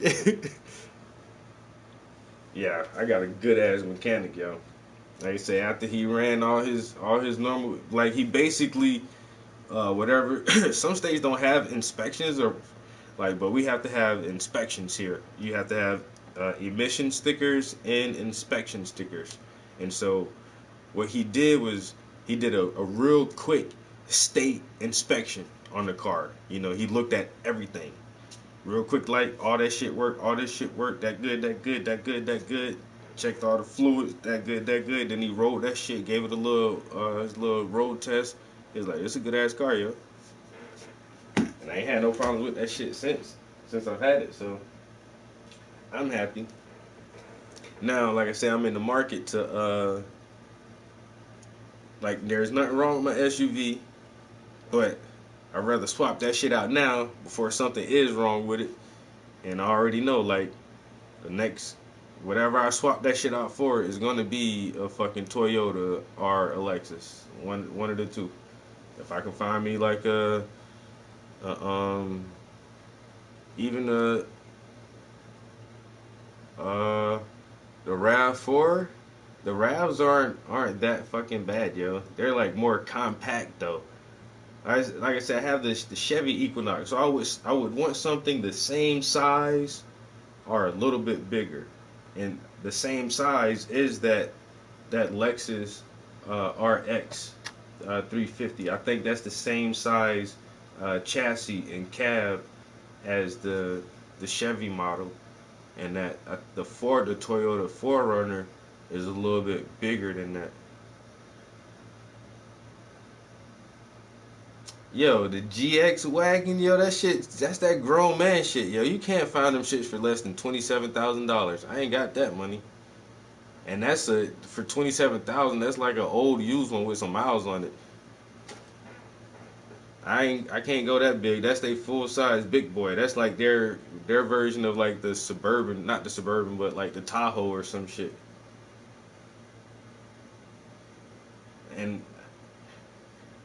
them shit's nice as fuck, but yeah, that ain't. Nah. Let's see.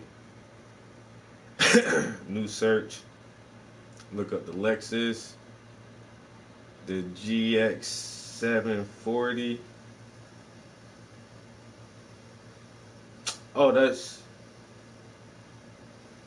that version. What's the bigger one in that one? This isn't their big version. Then what's the other wagon? But these right here are nice as shit though. Yo, the FJ, they look nice, but the back doors on it are kind of funny looking. It's like, is it a 4-door? It's not a 4-door, but kinda, but not really. It's like, it's a. It looks cool, but I don't know. I looked at them too, yo. The Toyota FJ, yeah. So the GX 740 is. These aren't that bad, yo. For price, they're still out of my budget. Like one of the cheapest ones is already over 10 grand, and it's an older. These are the older models too. A 2006 GX 470 for 2006 with 156,000 plus miles. They still want 10 grand for it. 2006 with 182,000 miles, still want 10 grand for it. You know why? Cause this motherfucker, you're gonna get probably another 150,000 miles like that bitch, another 200,000 miles like that shit. Yo, yeah, even the older models for 2008 they want 11 grand. This right here, cause the low miles, I guess it's a 2008. It just has 104,000 miles on it. They want $16,000 for that car.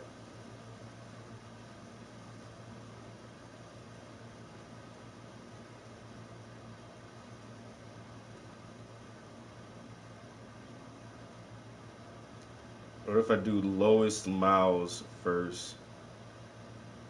It seems like they stopped making this vehicle because the newest one is a '08. anywhere that I see. So they stopped. Well, '09. No, actually, because I did just see one that say 2011. But most of these are '08, '08, '08, '08, '04. And there's one from 2011. Once again, it's they maybe didn't stop making them. It's just that motherfuckers don't sell these shits, yo. And that's why you can only find like some Lexuses, yo. You're only gonna find these older models because nobody don't sell that shit. They still look nice. They still got a lot of the fucking smart features. Lexus was integrating the technology early as fuck, yo. Let me look at this one. '08 Lexus. This is nice white with the 106.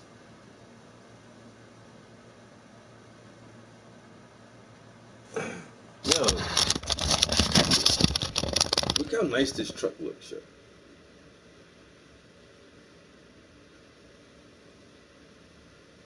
It looks like a new truck. They already had halogen bulbs, all that shit. This is a '08.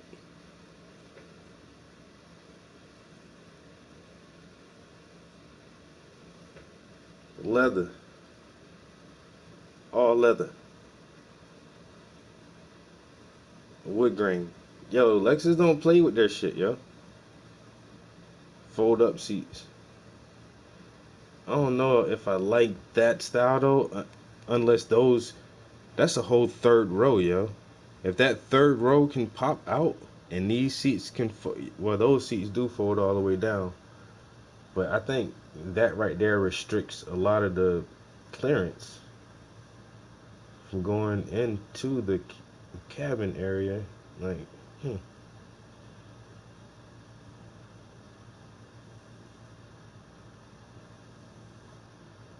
that shit already had built-in Navi. It has a key on it. Oh, that has it. Yeah, this one has a key.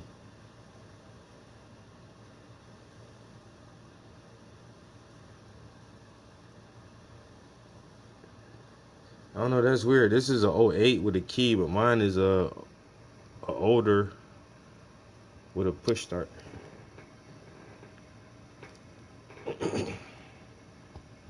We'll look up some more cars later. Alright, been running my mouth talking about shit all morning. If you want to paint for a little while, guys. Working on the background on this a little bit. I'm gonna edit out the majority of this background for the photograph just to make it easier on myself. I ain't gonna lie.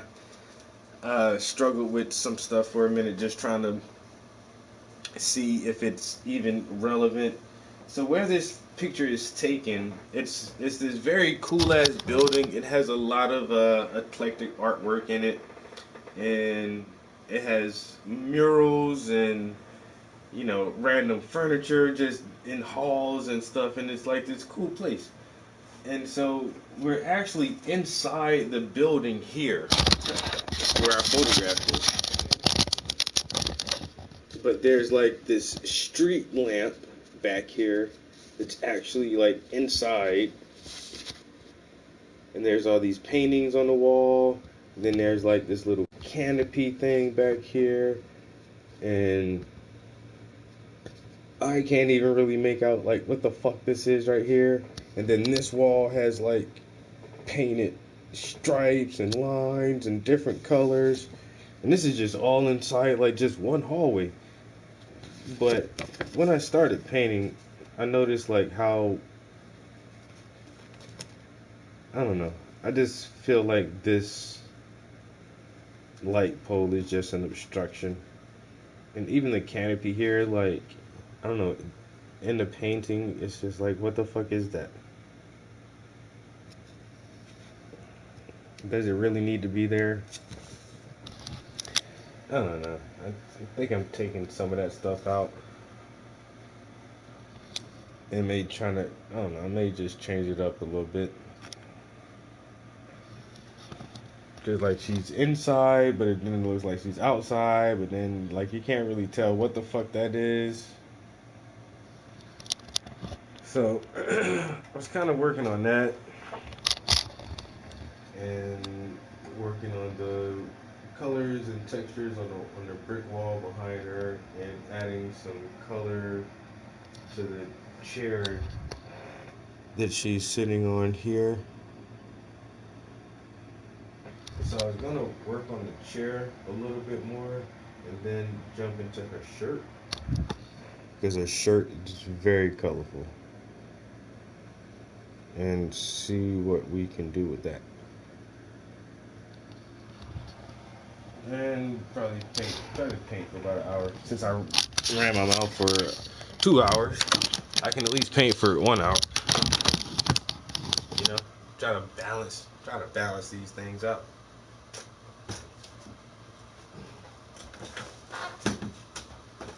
Boy.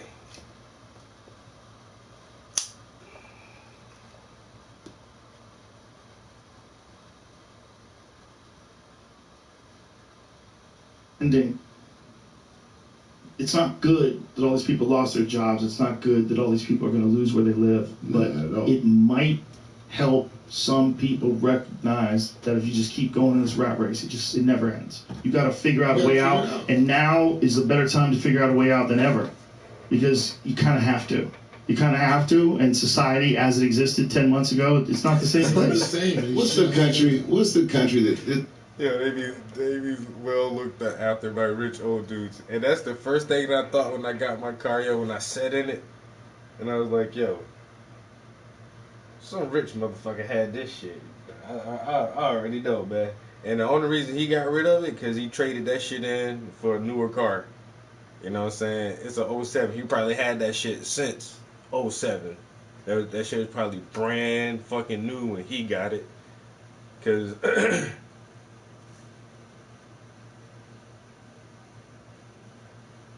I don't know. I think this shit only had one owner, if I'm thinking correctly, because it's supposed to say that shit. It had 1 or 2 owners. I think I'm the 3rd owner, so 2 people had it before me. But both people, whoever it were, took care of that shit, and the last person who had it. That's the only reason he got rid, because there's nothing wrong with that fucking car. He used that car as a trade-in towards a newer car. Yeah, that's all the fuck it was, yo. And I'm like, yeah. And the motherfuckers tried to get me for more, yo, but I told him, like, yo, nigga, I got cash money. I was not leaving without that bitch, yo. I got cash money, nigga. Cash, nigga. But it was like, oh, this and that. And they kept trying to pin me for another fucking, like, damn near $1,000. And I was like, yo, nah. And that, because I was trying to keep my car, yo. Like I said, I still had the Monte Carlo, too. And I was like, look, man, you can have the Monte Carlo, man. There's like, okay. There's like cash in the car. I was like, yeah. And it was like, all right, deal. And I'm like, fuck, man. I was gonna try to keep that Monte Carlo and sell that shit my damn self.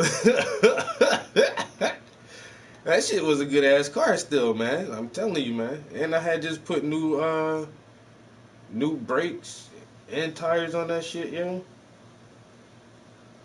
Yeah, that shit had 4 new tires on that shit. Yo, that shit was a nice ass car. But I had to trade that shit in to get the Lexus. I still miss that car though. But I love my Lexus more. I'm a Toyota man. I feel on that. Toyota man. Some radio show said if you get a question right, they were going to give you the prize was a Toyota, and it was like some Star Wars trilogy shit. And then the person who won, they gave them a toy Yoda doll or puppet or some dumb shit like that. And the guy was like, "Fuck no, I'm fucking suing you. People said it was a Toyota. You said you're giving me a brand new Toyota, not a toy Yoda."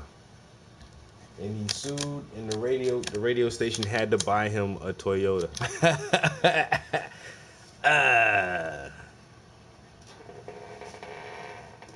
Fucking sucks to be you. They really had to buy him a Toyota. Don't sit here and do some fucking Star Wars pun, bitch. With the ha ha he he. You told me I was gonna win a car. Or you made it sound like you at least made it sound like I was gonna win a car. And that's what I want. I want my fucking Toyota. Stop playing my fucking emotions, like shit ain't funny.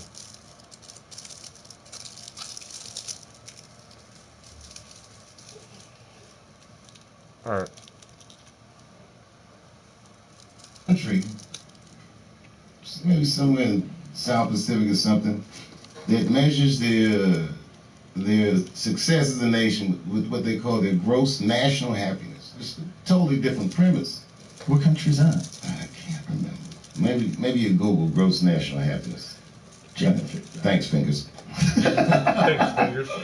It's in Bhutan. There it is, Bhutan. There you go. This is a real principle. It's a philosophy that guides the government. Think about this. This is a philosophy that guides the government of Bhutan. It includes an index which is used to measure the collective happiness. This is the metric that they use to define their success. If they try that in America, they turn it into an app and it would fuck up everything. Oh my God. People would just be striving to win the points on the app. It would make people insane. They'd get addicted to trying to be a better person. But look, this is a vastly better metric. I'm not, a communist and all that shit, but I think that I know too many people who are very wealthy who have what I consider a poor quality of life. Yeah. Just because, like you say, the wealth is the point. Yeah, they chased it. They chased it. And they didn't have any friends. Right, you're Didn't have very loved wealthy. ones. You're hunting. You love your dog. Your dog hangs out with you like fucking Scooby-Doo. Your kids like you. You're living an adventure of a life. Now you're doing the same thing you were doing in LA in a totally different city just because you're following that gnawing feeling, I gotta be free. Whatever it is. There's a little bit of that, and then there's also, I think you're better off living in a place with less people. I think when you live in a place with, like LA, it's great in that there's a lot of resources, there's a lot of shit happening, there's a lot of people.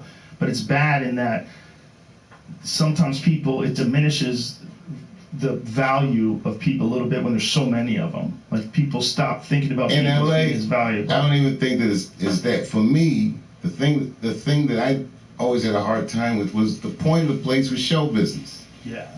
So when I was coming up in my career, everything reminded me of the things I didn't have. And nothing let me appreciate where I was. And then, now I love it. It's a winner's circle. I'm doing great. I get in any restaurant, Yeah. But I remember what it felt like being there. It's like, that's why I don't live there. No disrespect to LA, but it's like if I like a restaurant, I don't move in and say, I just come when I want to eat.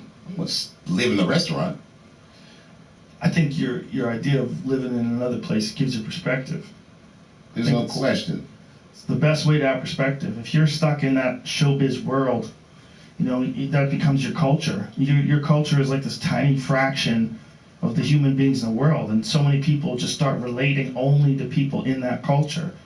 Like that, you can get real isolated that way. Yes, and for what we do for a living, how is that conducive to anything that we want to so achieve wise. artistically? No, it's a very wise decision. Like, really wise. That Yes, smells great. I told you, son, that's the one. that candle is the shit. I'll do a commercial for it right now. You can cut this out. Thank you. Hi, I'm Dave Chappelle, and this is a black ash candle. It smells way better than it sounds. Take it from me and Ashy Larry. Black ass, bitch. Cut. One take. Yeah. That was beautiful. Give it to me, I'll light it. Oh yeah, do that. Get the scent going. So when you're touring now, do you just pick a city and say, oh, I'm going to do Denver 3 nights in a row, find me a venue? Well, I don't know if I want this on the show, but just between us, well, you could. I don't know. I'm not trying to. We don't have to put anything on the show that you... But I want to post up here for like, a few weeks. It's cold in Ohio. I like playing outdoors. I like this Stubbs place a lot. Beautiful. It's rocking. So that's why I said, we do the damn thing. thinking around December, January.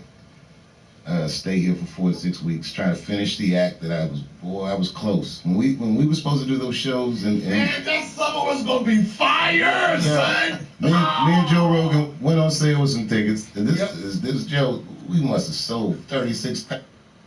The 2020 Hyundai Elantra, backed by America's best warranty. That's better than Toyota, Honda, and Nissan. Now lease a 2020. Tickets in You know why you need a better warranty than Toyota? Because your shit is gonna fuck your brake. That's better than this in Toyota. Okay, yeah, because our Toyotas aren't gonna break down, bro. Our warranty doesn't need to be that fucking extensive, dude. 10 minutes. It was Your transmission is only good for 10,000 miles, bro. 10,000 miles, my nigga. You're gonna already have some little issues with your shit. In your first 10,000 miles. Get the fuck out of here. We were so excited to do the show, and like a week or two before, the shutdown happened. I was part of that shit, so that was going to be nice. So the ones we did were fun too, though. What was it? Tacoma? Yeah, no, I've never seen you that bad. Remember we went and watched Once Upon a Time in Hollywood and all that shit? Yes! It was so much fun, At 2 o'clock in the morning. The conversation. Was it there? We were. Yeah, you were there. Yeah, you were there. That was when we were in. No, that wasn't Utah. Seattle. That was it was Tacoma. Tacoma, Seattle. Tacoma Dome. That's right. That was fun, man. That show was fire. That was fun. That was so much fun. The conversations we have in the green room.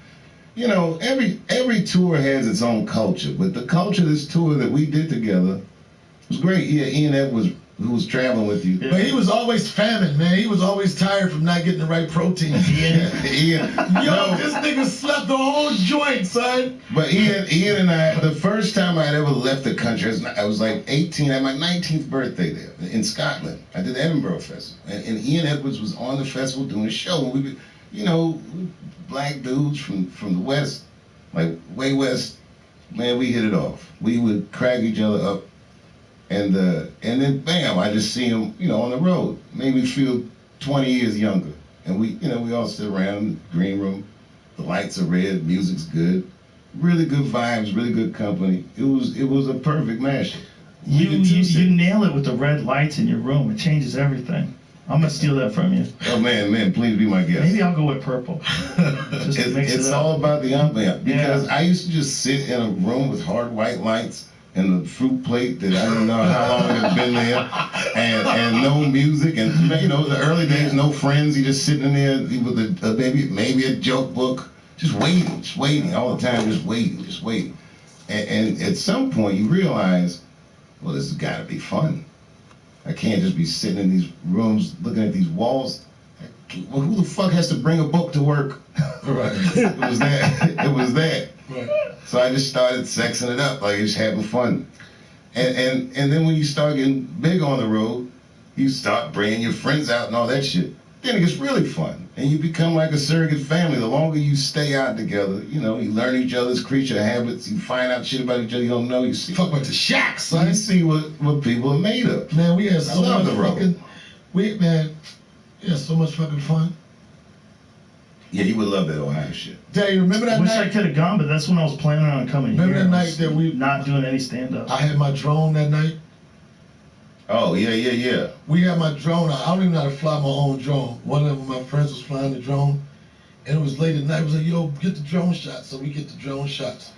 And then the drone went up in the air. It's like about 2 o'clock in the morning, and we thought we lost the drone. We didn't see no red lights, no blue lights. It was just gone. We was like, oh, shit. Nigga, we gotta go find the drone. We like, we about to get out of here.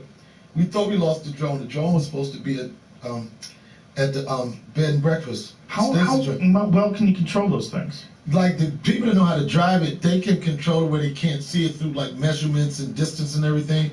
These things are good though. They had buttons on there, they could track a person or an object if you wanted to just follow a car or anything like that. Really? And remember in LA, the paparazzi started doing all this crazy drone shit. I'm sure they got you. The drone guys. We had the drone shot. I was drinking coffee. You hear the buzzing. Yeah, you hear the shit, and you know that there's a dude a block away somewhere. Isn't that weird? Like they could they could kind of find you now with a drone. in a When we way did the that- drone shot from the place, we thought we lost it. We was going to go in search. I was like, get my motherfucking drone, nigga. Right? We get ready, get everybody in the car to go find this drone. We don't see the sky nowhere. Then all of a sudden, it was like a movie. We saw these blue lights come up, and we heard this, and that motherfucker came. Everybody was like, oh shit, they got a drone. And that shit came all the way back down, son. It That was a good shot, too. That was a great shot. I met the governor of Texas. I went to the mansion to hang out with him, Governor Abbott, and I had whiskey and barbecue with him. And while we're hanging out at his house, a drone comes by and hovers in the sky. That's the one. The light goes on, and we're watching this drone. The security guys are trying to figure out where the drone's coming from and who's got the drone. And it turned out to be like the fire department. Really? The fire department has their own drone, and they're flying their drone around looking for stuff. That makes a lot of sense, man. But they're like, that's like how you can spot fires, how they Oh, can wow. figure out what's going on. If there's some sort of a car accident, they could probably send a drone out, get video image of it so they know what to expect when Hell you get yeah. there. Makes sense, right? And there's a new car like that. Is that a drone? The headlights are drones. You gotta look this up. What is Did it? the headlights fly away? What do you mean? The headlights are attached to the car, right? They're on. If you get out of the car, they pop off and start flying around and make a path of light. I think that's the thing. Audi created an autonomous off-roader that uses flying drones to illuminate the road instead of headlights. Show Joe the video. What? It's ill as fuck. It's Oh shit. Oh my god, they're ahead of the car. The fucking headlights are ahead of the car. it's the illest shit I've ever seen. That's some Star Wars shit. Right? Yeah, precision drones. If you have a key in your pocket, they'll follow you like if you're walking in the woods. It's crazy. That thing looks wild. It looks like some shit Jamie Foxx drives already. He already has one of those. What the And fuck? we're at the gas Jamie station. Foxx probably already has this. He has one of those Resvanis. Isn't that what it's called? It's like a Resvani tank. I ran into him at the gas station. I was like, who the fuck is driving that thing? Jamie Yeah. Foxx, what's up? That thing looks awesome, though. That Audi, that's a slick looking car, too. It's crazy. Somewhere online there's a video demonstration. And it's probably going to be electric, right? Yeah. Is it? Yeah, everything's electric now. Look at this. Look at this shit. It's that. Dial, look at this. Look at this. Look at this. Watch when it's driving. Oh shit, that's the headlights? Yes. The headlights are ahead making the right. Yo, that's some gangster shit right there, They're son. flying like little UFOs. That's nuts. Could you imagine if you saw that drive by you somewhere? I think I've seen Yeah. that too. You're like, oh my god, I think I saw an The alien. commercial for it, like they're watching That's out. crazy. That's going to be the future. Look at that shit. They fly ahead of you and illuminate the road. That's bananas. And you just have to trust them with your little bitch ass lights. You get some little bitch ass Soybeans, fog man. lights. You have to trust the daddies that are flying around. That's how the government's going to control you. You Man, I wanna slice keep you some pizza, keep you man. going on their road. No. You don't want to look at that road. That road's dark. The drones only go on this road. Come on. Son, where can I get pizza? Probably a pizza place. Friday Joe, guess. come on, man. You started like this, man. Why you doing this to me, We'll man? find a pizza place for you. What kind of pizza you want? Thin crust. I can get a pizza. A pizza? Pizza? A piece of pizza. A piece of pizza. Yeah. It's pizza. I gotta get some more gauze too, man. Are you Yeah, alright? let's take 5. Want to get some eat? Yeah, can we Yeah, get we some? can just end this. It's already 4:35. We've been doing this forever. Oh He and wow. I have been doing this for 4.5 hours. I know, Right? man. Even disrespecting my gunshot I wound. didn't. I told Jamie. I didn't, right? Never. It's not true. None of this is true. Teamwork is dreamwork. Thanks, Dave. That was fun. Oh my God. Next time we'll do it for real. Like, For real. Like really. Yeah, for sure. 100%. Thank you, I would son. love it. Thank you, son. Donnell, that was fun. Thank you. Thanks for the candle. Thanks for the cream. Thanks for everything. Black ass Thanks bitch. for everything. I don't know. It did. Well, it's just Dave Chappelle is that man though. Like he's the guy. So it was Darnell Rollins' interview, and then Dave Chappelle come in, and it did kind of seem like Dave Chappelle kind of like but it's Dave Chappelle. I get it, man. I get it, and I don't know. And it seems like a few times, like towards the end, he I don't know. Darnell tried to get into the conversation or keep his thought going, and Joe Rogan only wanted to hear what Dave Chappelle had to say. I don't know.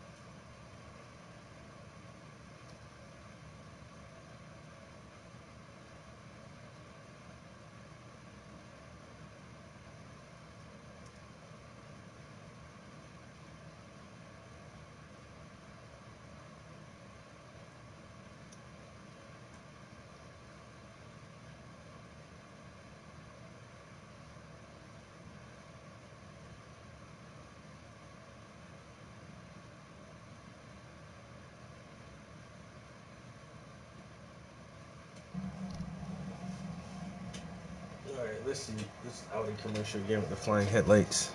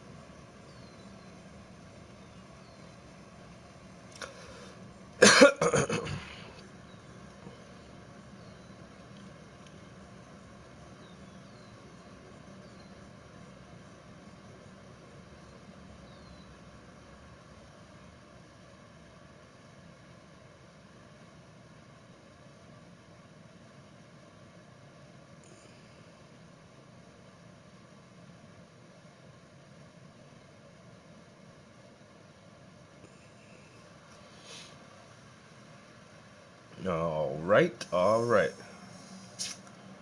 So that part and this part, and now let's just do some dark blue.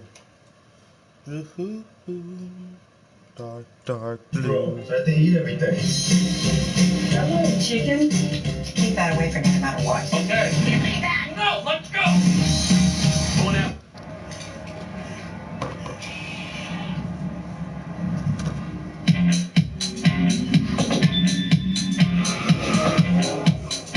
What's up, guys? It's Supercar Blondie here in Germany. I'm kitted out like I'm in Alaska because it's freezing. I don't know what is going on. It's like 4 degrees. I'm not used to this weather at all. You're going to have to put up me looking like an Eskimo for this YouTube vlog. If you haven't yet subscribed to my family, please do so. I almost can't talk at this point because my mouth, I'm freezing. My face is like freezing off. Behind this door is something that you probably haven't seen before. Did you get a sneak peek just now? Come on in, come on in. I'm gonna show you. Ruining my shot, man. What's that about? Behind this door is a car that is from Audi, and it's a concept. It's a concept off-road car, and it's got some pretty cool features. Should I stop talking and just show you? Let's do it. Come on. No, let's go back inside. It's freezing. No. Come on out. Okay. All right. Here it is, guys. So this is the Audi AI Trail. This is made for off-roading. As I said, this is their vision of a car that can take you places wherever you want to go, like forests, beaches, etc., etc.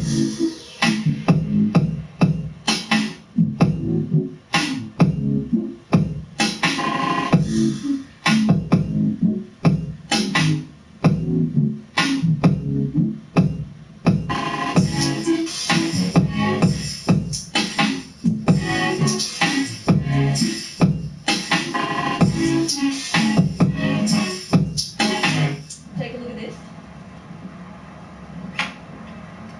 Ta-da! Love how things just happen. I just say, check this out, and things start opening. Right, here we are. I want to take you through some of the coolest features. I'm going to start right up here. Look at this.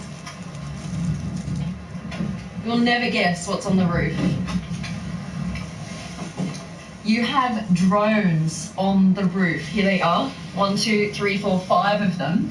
And they actually act as spotlights. Instead of having spotlights on the front of the car, the drones will lift off, fly in front of the car, and light the way. It means that you can see even further forward than you would with traditional car spotlights. Once you're on the trail, say you're going hiking in the forest, park the car, the drones will then actually follow you as you walk through the forest, then lead you back to the car so that you always have light, right? Okay, take a look at this roof here. It's a massive open sunlight, and that's kind of the concept behind the car. It's like completely open diamond. It's like in a diamond shape. Let me show you here. Look at all the glass here. You can see all the way around 360. In the front, you've got like a helicopter vision. I don't know if you guys have been in the front of a helicopter, but that's what it looks like. You have your main windscreen. You also have this kind of open section down here where you can see to the ground. All right, now look at this. I quite like this. Hammocks as chairs. I've never seen that before. That is super cool. Look. This is really, really comfy. I've never thought of that concept. That is really cool. So if you're going over like rugged terrain, super, super comfy. The purpose behind these hammock chairs is that you can actually take them out. Once you've arrived where you want to go, take these out, hook them up to trees. And there are several other things that you can take out of the car. There are binoculars up there. Also, you've got a first aid kit here in the center, and on each door you have water bottles that you can take out as well. All right, let me show you more.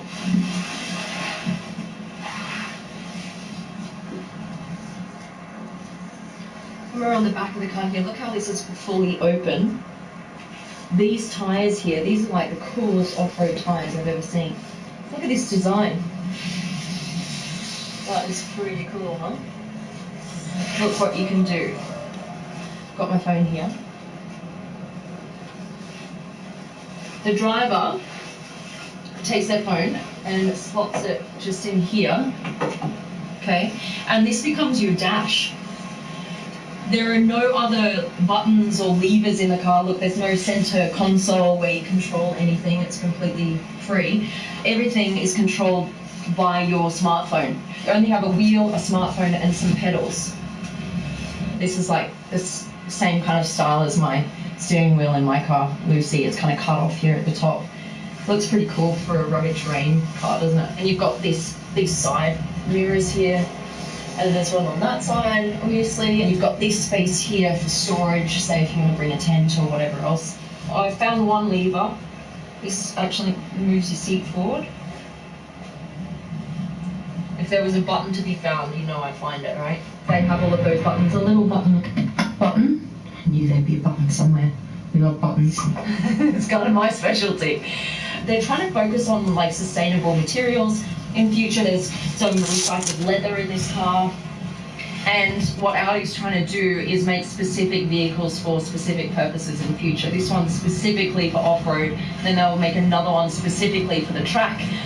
That video is already out. If you haven't seen it, go and check it out. The link is in the description below this video. It's called the AI Race, and it's specifically made for the track, and it's so cool. I literally just filmed with that. At the moment, a lot of companies are kind of putting on the market all-purpose vehicles. You know, they could go on the track, they could go off-roading, they are comfortable, they're good for a family, whatever. What they want to do is actually put out specific vehicles for specific purposes, and you'd be part of like a pool program. You would pay an annual subscription, for example. What you would do is you would take, whenever you need an off-roading car, you then go and get the off-roading car for the weekend. Then you take that back to Audi and you get like the cool little city speedster car for during the week. You take that back. You're part of like some kind of annual subscription, and that's where they see the world going. That's what they're trying to do with these cars. Anyway, that's a little bit of an insight on their future of off-roading. Thank you very, very much to Audi for having us here today and showing us this incredible car. And that's it. Thank you to you guys as well for watching. Love you guys so much. Please don't forget to hit that subscribe button. Do it right now. We've got so many cool cars coming. And that's it. We're going to go warm up. All right, love you guys. Bye. We're out.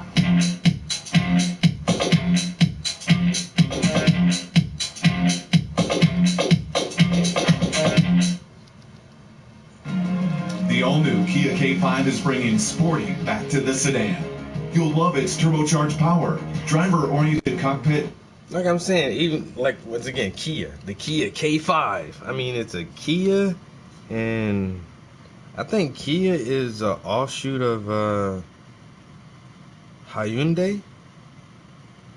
But the car looks nice as shit. You know what I'm saying? Just the profile. Oh shit, damn it. I'll get that later. The lines and everything, like it's a nice looking car, nice little sporty looking car. Like all like car companies have really stepped up their design team lately. It doesn't matter what maker you decide to go with, you can get a nice looking car. It's all about durability now. It's all about the maintenance factor. Minimum maintenance and longevity. And you gotta look for anybody who has a fucking the best record of that. Who has the best record in longevity and minimum maintenance? You got my money from here on out. So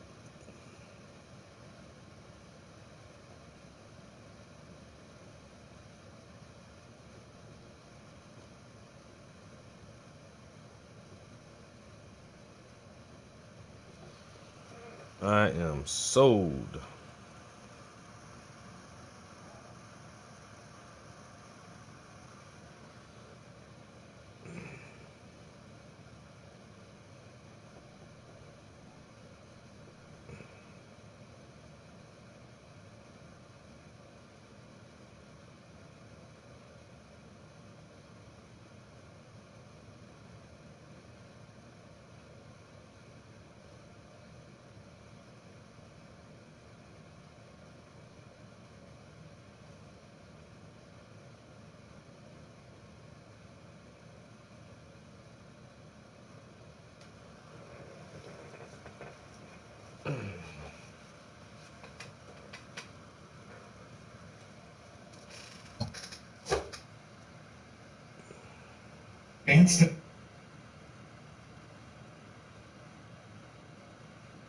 So, I pre-ordered my copy of Cyberpunk 2077. And I just keep looking at the ads for it. It's just like, and I keep watching the Nightwire videos over and over, and it's just like, are you guys gonna push it back again? I just hated to like pre-order it, and then they push it back till next year. And then that's the thing too. Like I was also like really didn't want to get it because it's like, man, the PS5 is out, yo. I don't want to have the PS4 copy. Everybody else is playing the PS5 copy, but there's only one version. Ain't that some shit? There's only one version, and they said, oh, in the next coming months, we'll have a fully upgraded next gen version that you know, all the patches for it will be free if you already own the game, but they will definitely do something to it in the future to make it more realistic looking, I guess, or to upgrade the graphics or something. So I was like, well, if everybody's gonna have the same copy anyway, I might as well just go ahead and pre-order my shit now. I want to play that game so bad. I wanted to play something new last night that I like I said, I'm a PS Plus member, and so I get the free games each month. And normally I don't even play them shits, man. I just download them, put them in my library for just in case. And last night I was like, damn, I should play something new or different or a game I haven't played before. And so I'm looking through my library, and it's just like, got tons of games I never played, but at the same time it's just like, man, I want to play Cyberpunk so bad.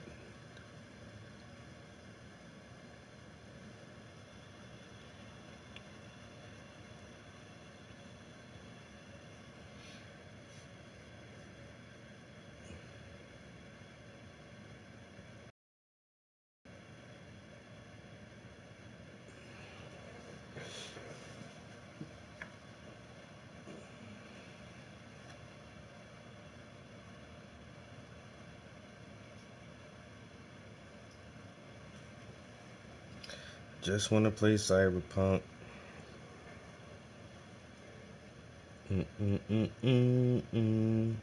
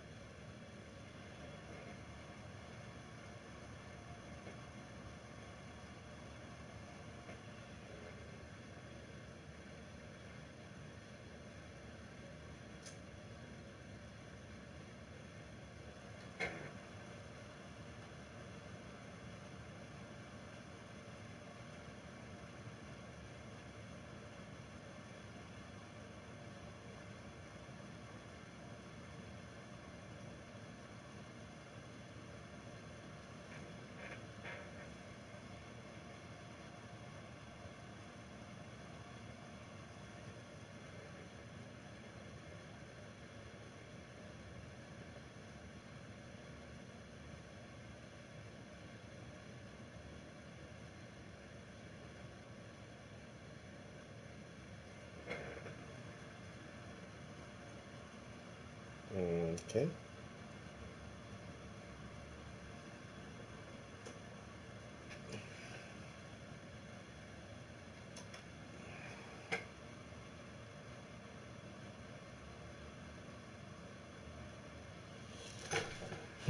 So. This should be quite interesting. Because what I don't want to do is, I don't want to paint the whole thing black. But I normally prefer, well, that might not be too bad. That might not be too bad. But I still gonna need some gray. So. What I really need to do is do. So. What I really need to do is mix some colors for you and so. So.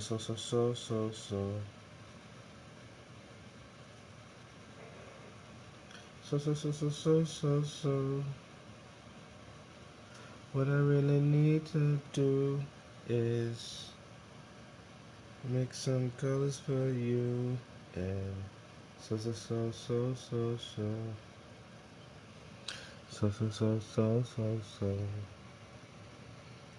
What I really need to do is so. So. So.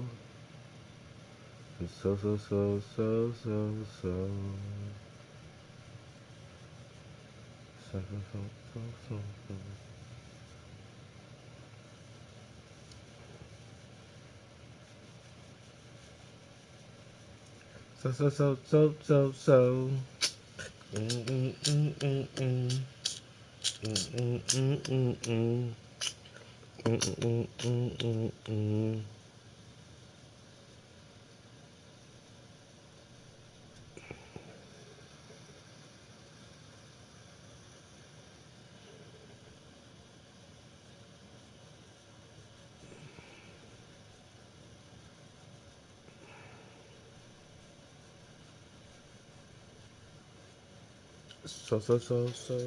So.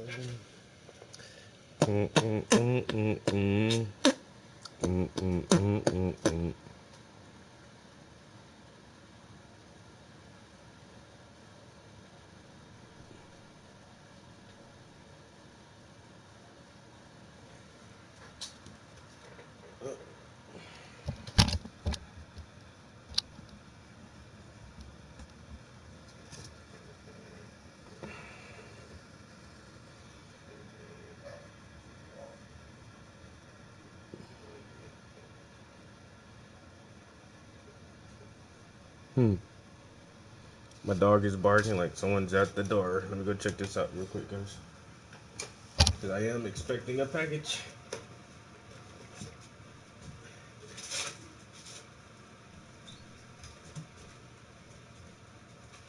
Whoa. Who that?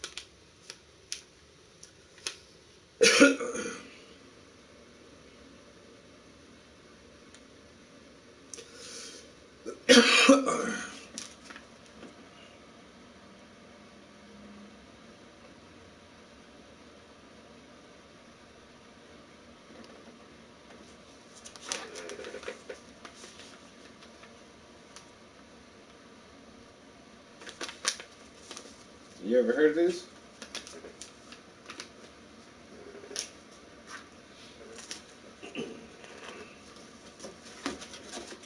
So I ate the whole box of cake sitting here. I ain't gonna fucking lie. I don't care. You know what I'm saying? You call me whatever. I don't give a fuck. Yeah. Yeah, I ate the whole box of cakes. You know what? They're delicious. It's sugar on top of sugar. I love it.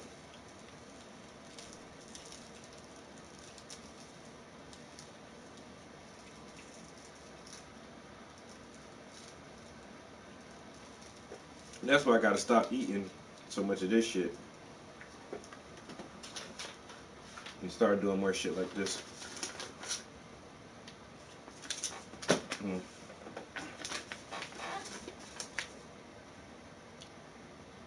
Spirulina is 65% protein and amino acids,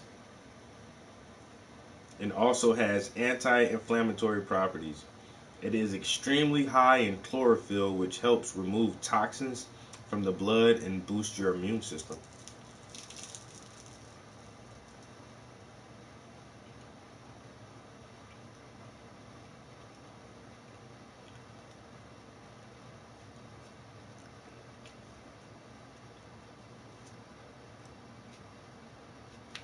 Ingredients: spirulina. That's the only thing that's in here. Basically, this is dried out algae. It's like blue-green algae, and they just dry it out. And they said it's fucking healthy as shit for you. Vitamin A, calcium, vitamin C, iron, protein. I think I probably want to start taking a vitamin D supplement too.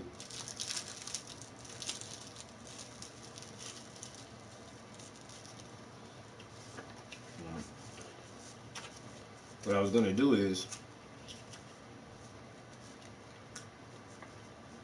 start mixing this in my protein shakes.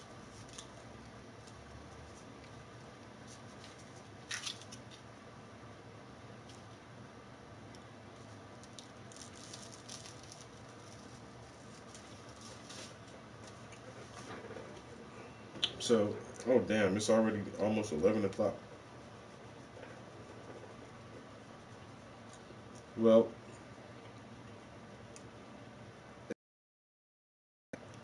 I guess I'll have a protein shake for lunch, and I'll add some of this to my protein shake.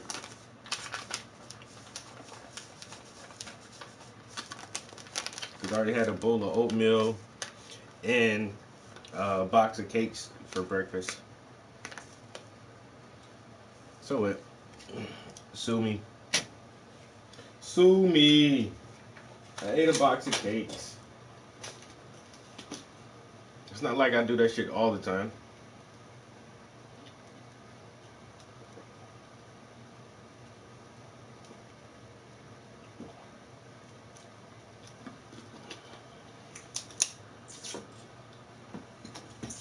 I don't do that shit all the time, for real though.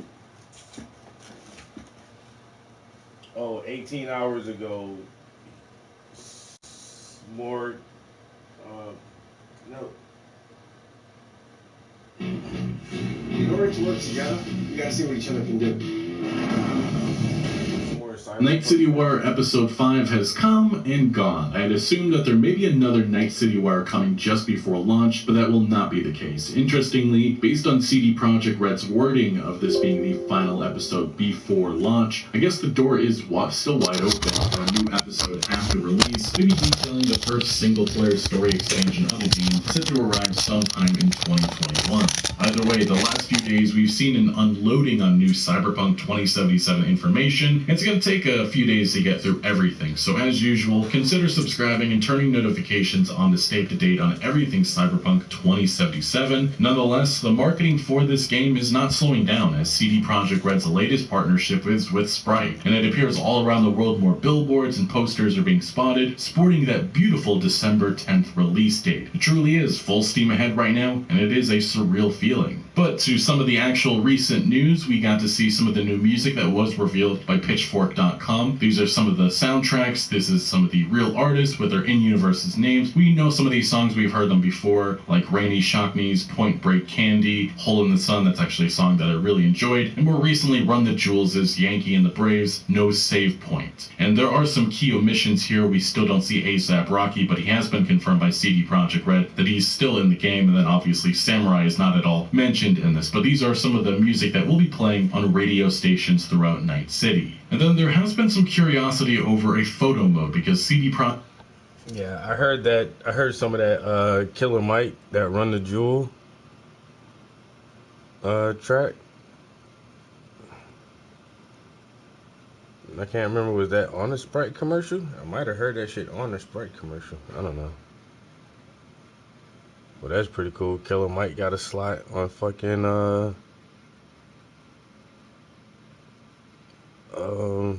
Cyberpunk, and A$AP Rocky got a slot on Cyberpunk, yo.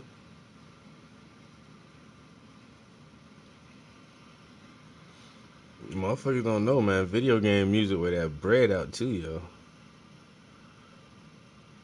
Especially when the producers actually want your music in their song. Or the developers. Like, yo, I love fucking A$AP Rocky. Let's get him on there.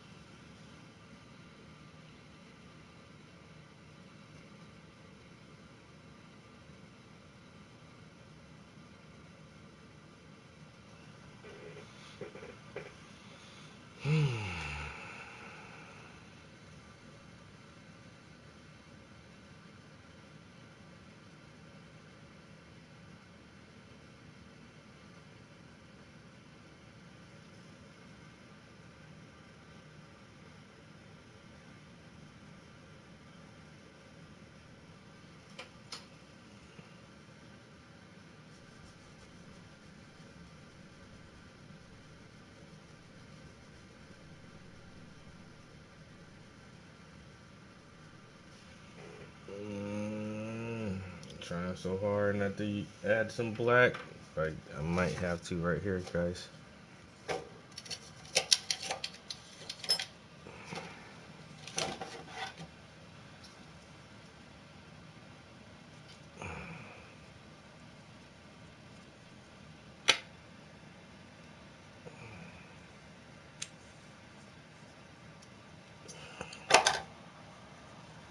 Add some black, just a little bit.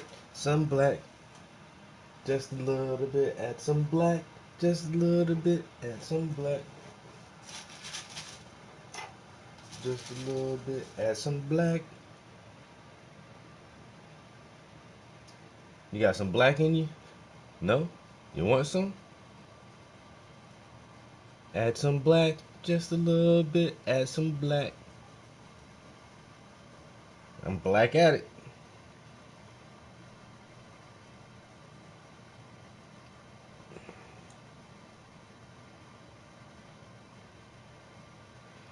I'm black at it like a crack addict.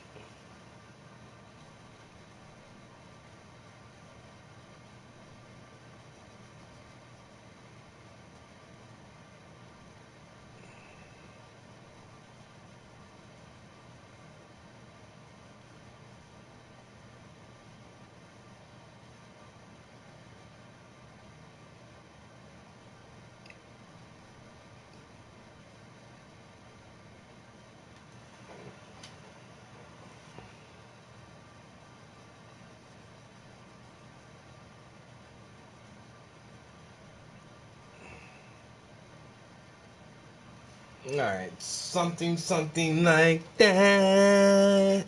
Damn, I have the voice of an angel. Of an angel. I can tell when I sing. Oh, I know what an angel sounds like. You know what an angel sounds like? Angel sounds like meaning.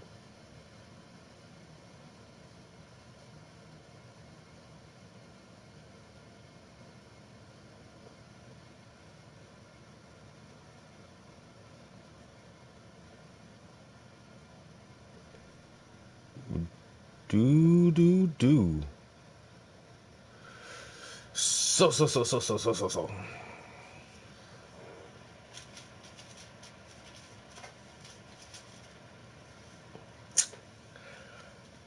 I'ma add a little color. And I'm all out of colors. Do. I'ma add a little color. Dun. And I'm all out of colors. Bum. Bum.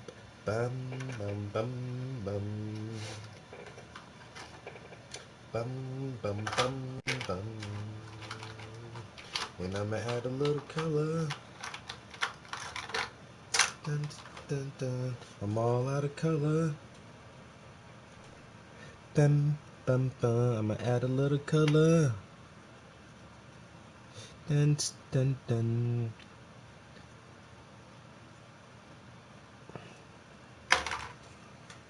I stick them all under cover. Dun.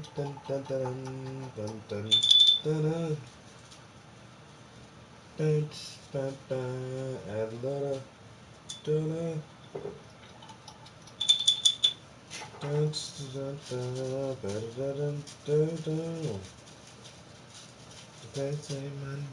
I add a little color. Let's add a little something like this. Ooh wee. Feel like I'm about to fuck something up. Don't fuck it up.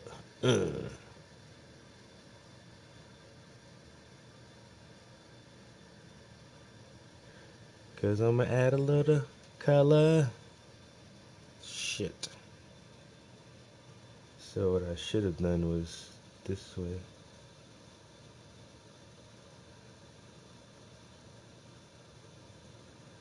Or something like that.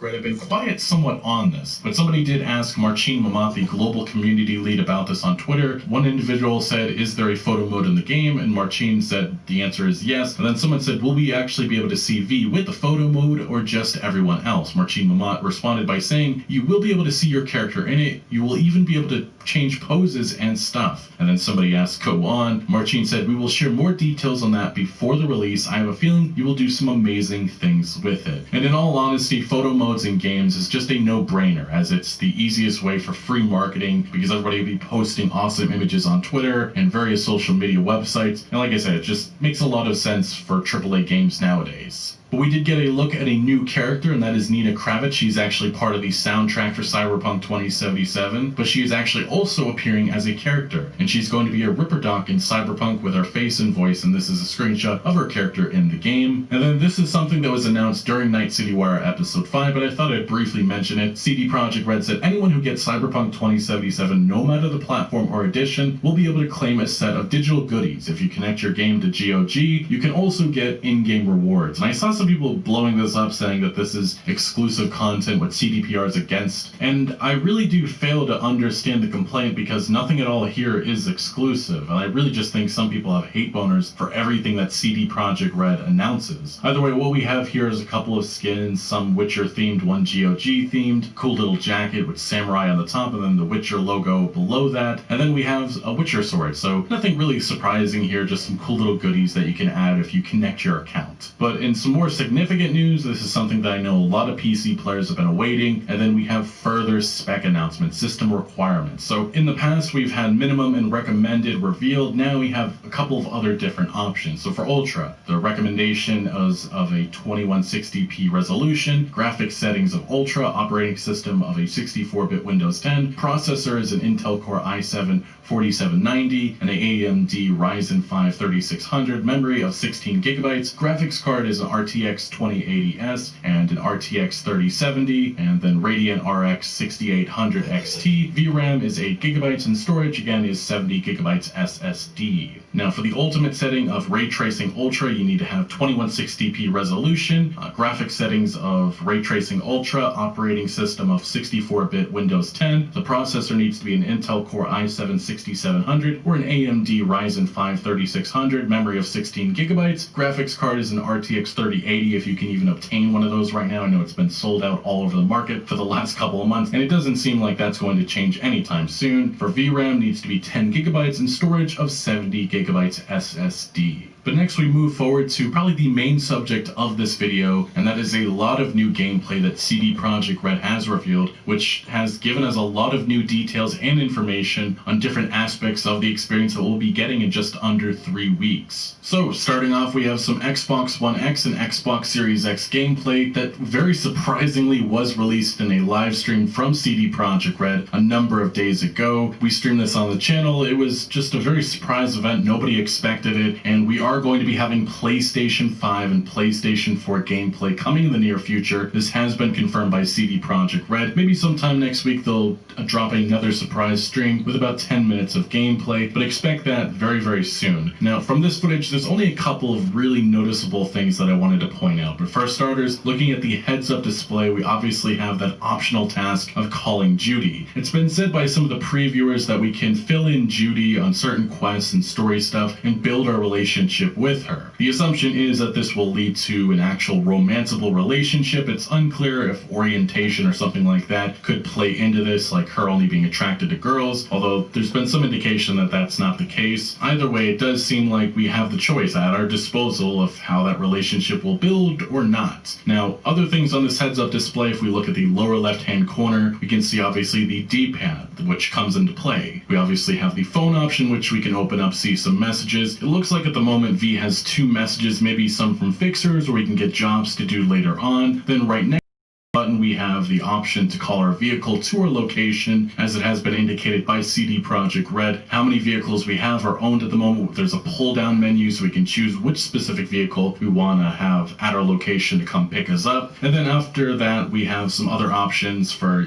grenades and stuff like that. But obviously at the moment, V doesn't have that loaded up for any combat situations, but there will be something that we'll have to consider, obviously, when we have encounters like that. Now, as this gameplay proceeds forward, the beauty of Night City is shown. It's on full display. The city is booming, lots of activity going on. We see V jump into what appears to be a Dukes of Hazzard inspired vehicle. Looks really cool. And then we get into some of the more story type of content. We have V having an interaction with Johnny Silverhand, in which, you know, that's going to be a big thing throughout Cyberpunk 2077, our relationship with Johnny and building that up. And it looks like at moments it's going to be strenuous. It doesn't look like Johnny and V are going to be on the same page from the get-go. So maybe over time that changes, maybe not, and I guess that plays into the role-playing element of this game. Now, another thing with this footage which really stands out is the adult stuff, which you don't really see in a lot of AAA games, because I think a lot of developers are just too nervous about getting into that stuff. But CD Projekt Red definitely are going full on in with all of this. But immediately in this footage, we see V and Johnny making their way into what appears to be some sort of nightclub called Clouds, and I guess you could say it's more like a brothel, adult club, as there's lots of action going on in the back. But yeah, we see some very interesting objects as V makes his way through there. We see some combat sequences going on. It all looks pretty good in my opinion. I've seen some criticisms over this, but personally myself, I'm of the understanding that Cyberpunk 2077 is first and foremost a story narrative experience. And of course, I probably should add that at least for myself, I thought this gameplay looked beyond the word serviceable. It looks like it's going to be extremely fun, especially being the fact that we'll have different types of builds and different ways of building our own character in multiple playthroughs of Cyberpunk 2077. But as we push forward into this gameplay, we do see parts of Japantown which seem to be just 18 plus. As we can see, looks like we see lip icons for certain working girls and guys, I guess you could say escorts for our character, that I'm not sure what these scenes will actually entail, but it looks like they are adult interactions. That's a very safe way of saying it. We see a male character, then we see a couple of female characters as well. And there was at one point something that some people noticed, but there is a bug here, in which it looks like we just have a female character with her hair floating. I guess her head's missing.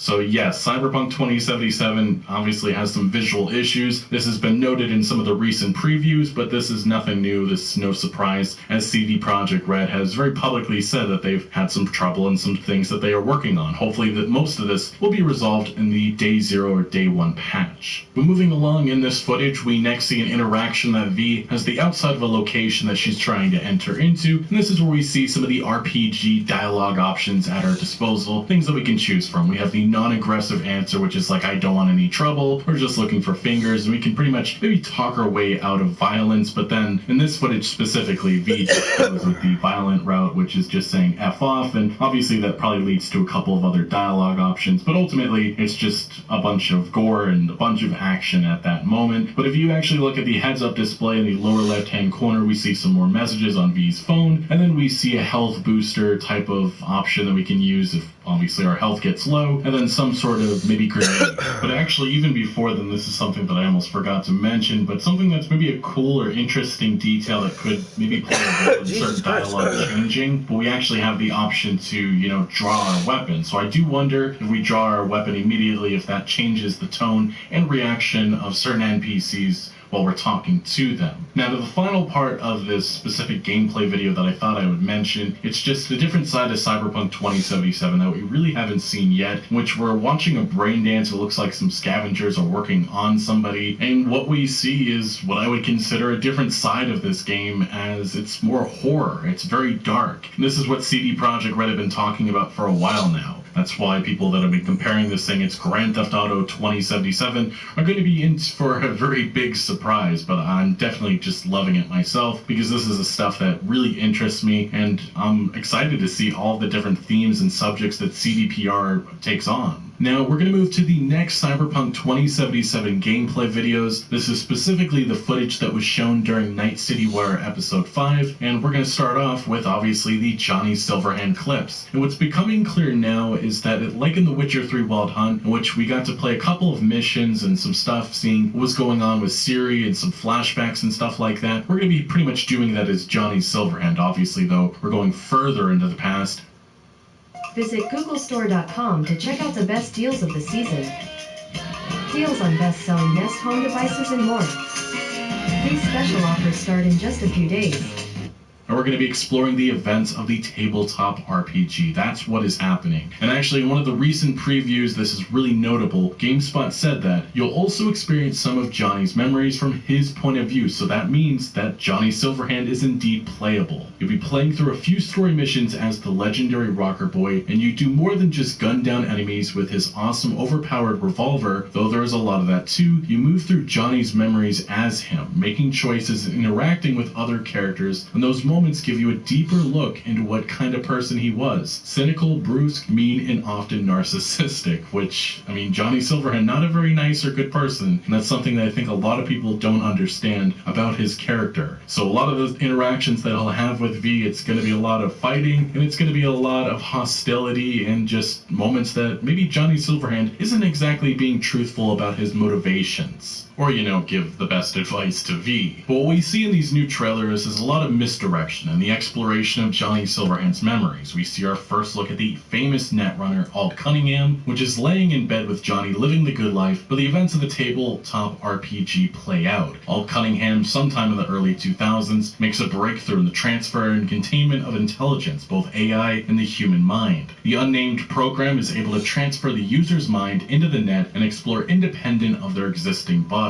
Some think this to be the key to immortality. Arasaka definitely wanted Alt to create the same program for them. So on April 15th, 2013, while leaving a concert with her boyfriend Johnny Silverhand, she is kidnapped by Arasaka and Johnny is left for dead. We see this in a short clip as it appears Johnny is stabbed by mantis blades, left lying on the ground bleeding, but he does survive, uses his massive fan base to riot against Arasaka. Again, we see this in the footage, and then leads a strike team to unsuccessfully attempt to retrieve Alt. I guess the question is, how much influence will we have over these events? Ultimately, though, we're going to see the big finale of the Fourth Corporate War, in which, again, Johnny leads a Militech strike team to Arasaka, in which he this time supposedly dies at the hands of Atom Smasher. This encounter is briefly shown in this new trailer, but even with Johnny dying, he somewhat accomplishes at least one of his goals as his team successfully detonates a low-yield or mini nuke off in Arasaka Towers, leveling much of the corporate area and its surroundings, and also destroying the lab where Alt's program was being made. Like I said, in this new footage, we see this chaotic past full on display. We see the famous solo Rogue riding by her ex-lover Johnny Silverhand's side. Interestingly, Morgan Blackhand was also said to be with Johnny and Rogue during this mission, but Blackhand, the rival of Atom Smasher, is still not shown, which has to be purposeful at this point. In Cyberpunk lore, there's still many questions about what happened that day. Like, we know Atom Smasher survived, Morgan Blackhand's fate is unclear. They both had fought on the top of Arasaka Towers when the nuke went off, but the outcome of their fight not known. Also with Johnny Silverhand, his body was never recovered, so that's another big question that will be answered. What actually happened to him when he physically died, and how did Arasaka obtain a chip with him on it? We do see Arasaka's CEO Saburo Arasaka in this new footage looking like he's in control, possibly meeting V in 2077,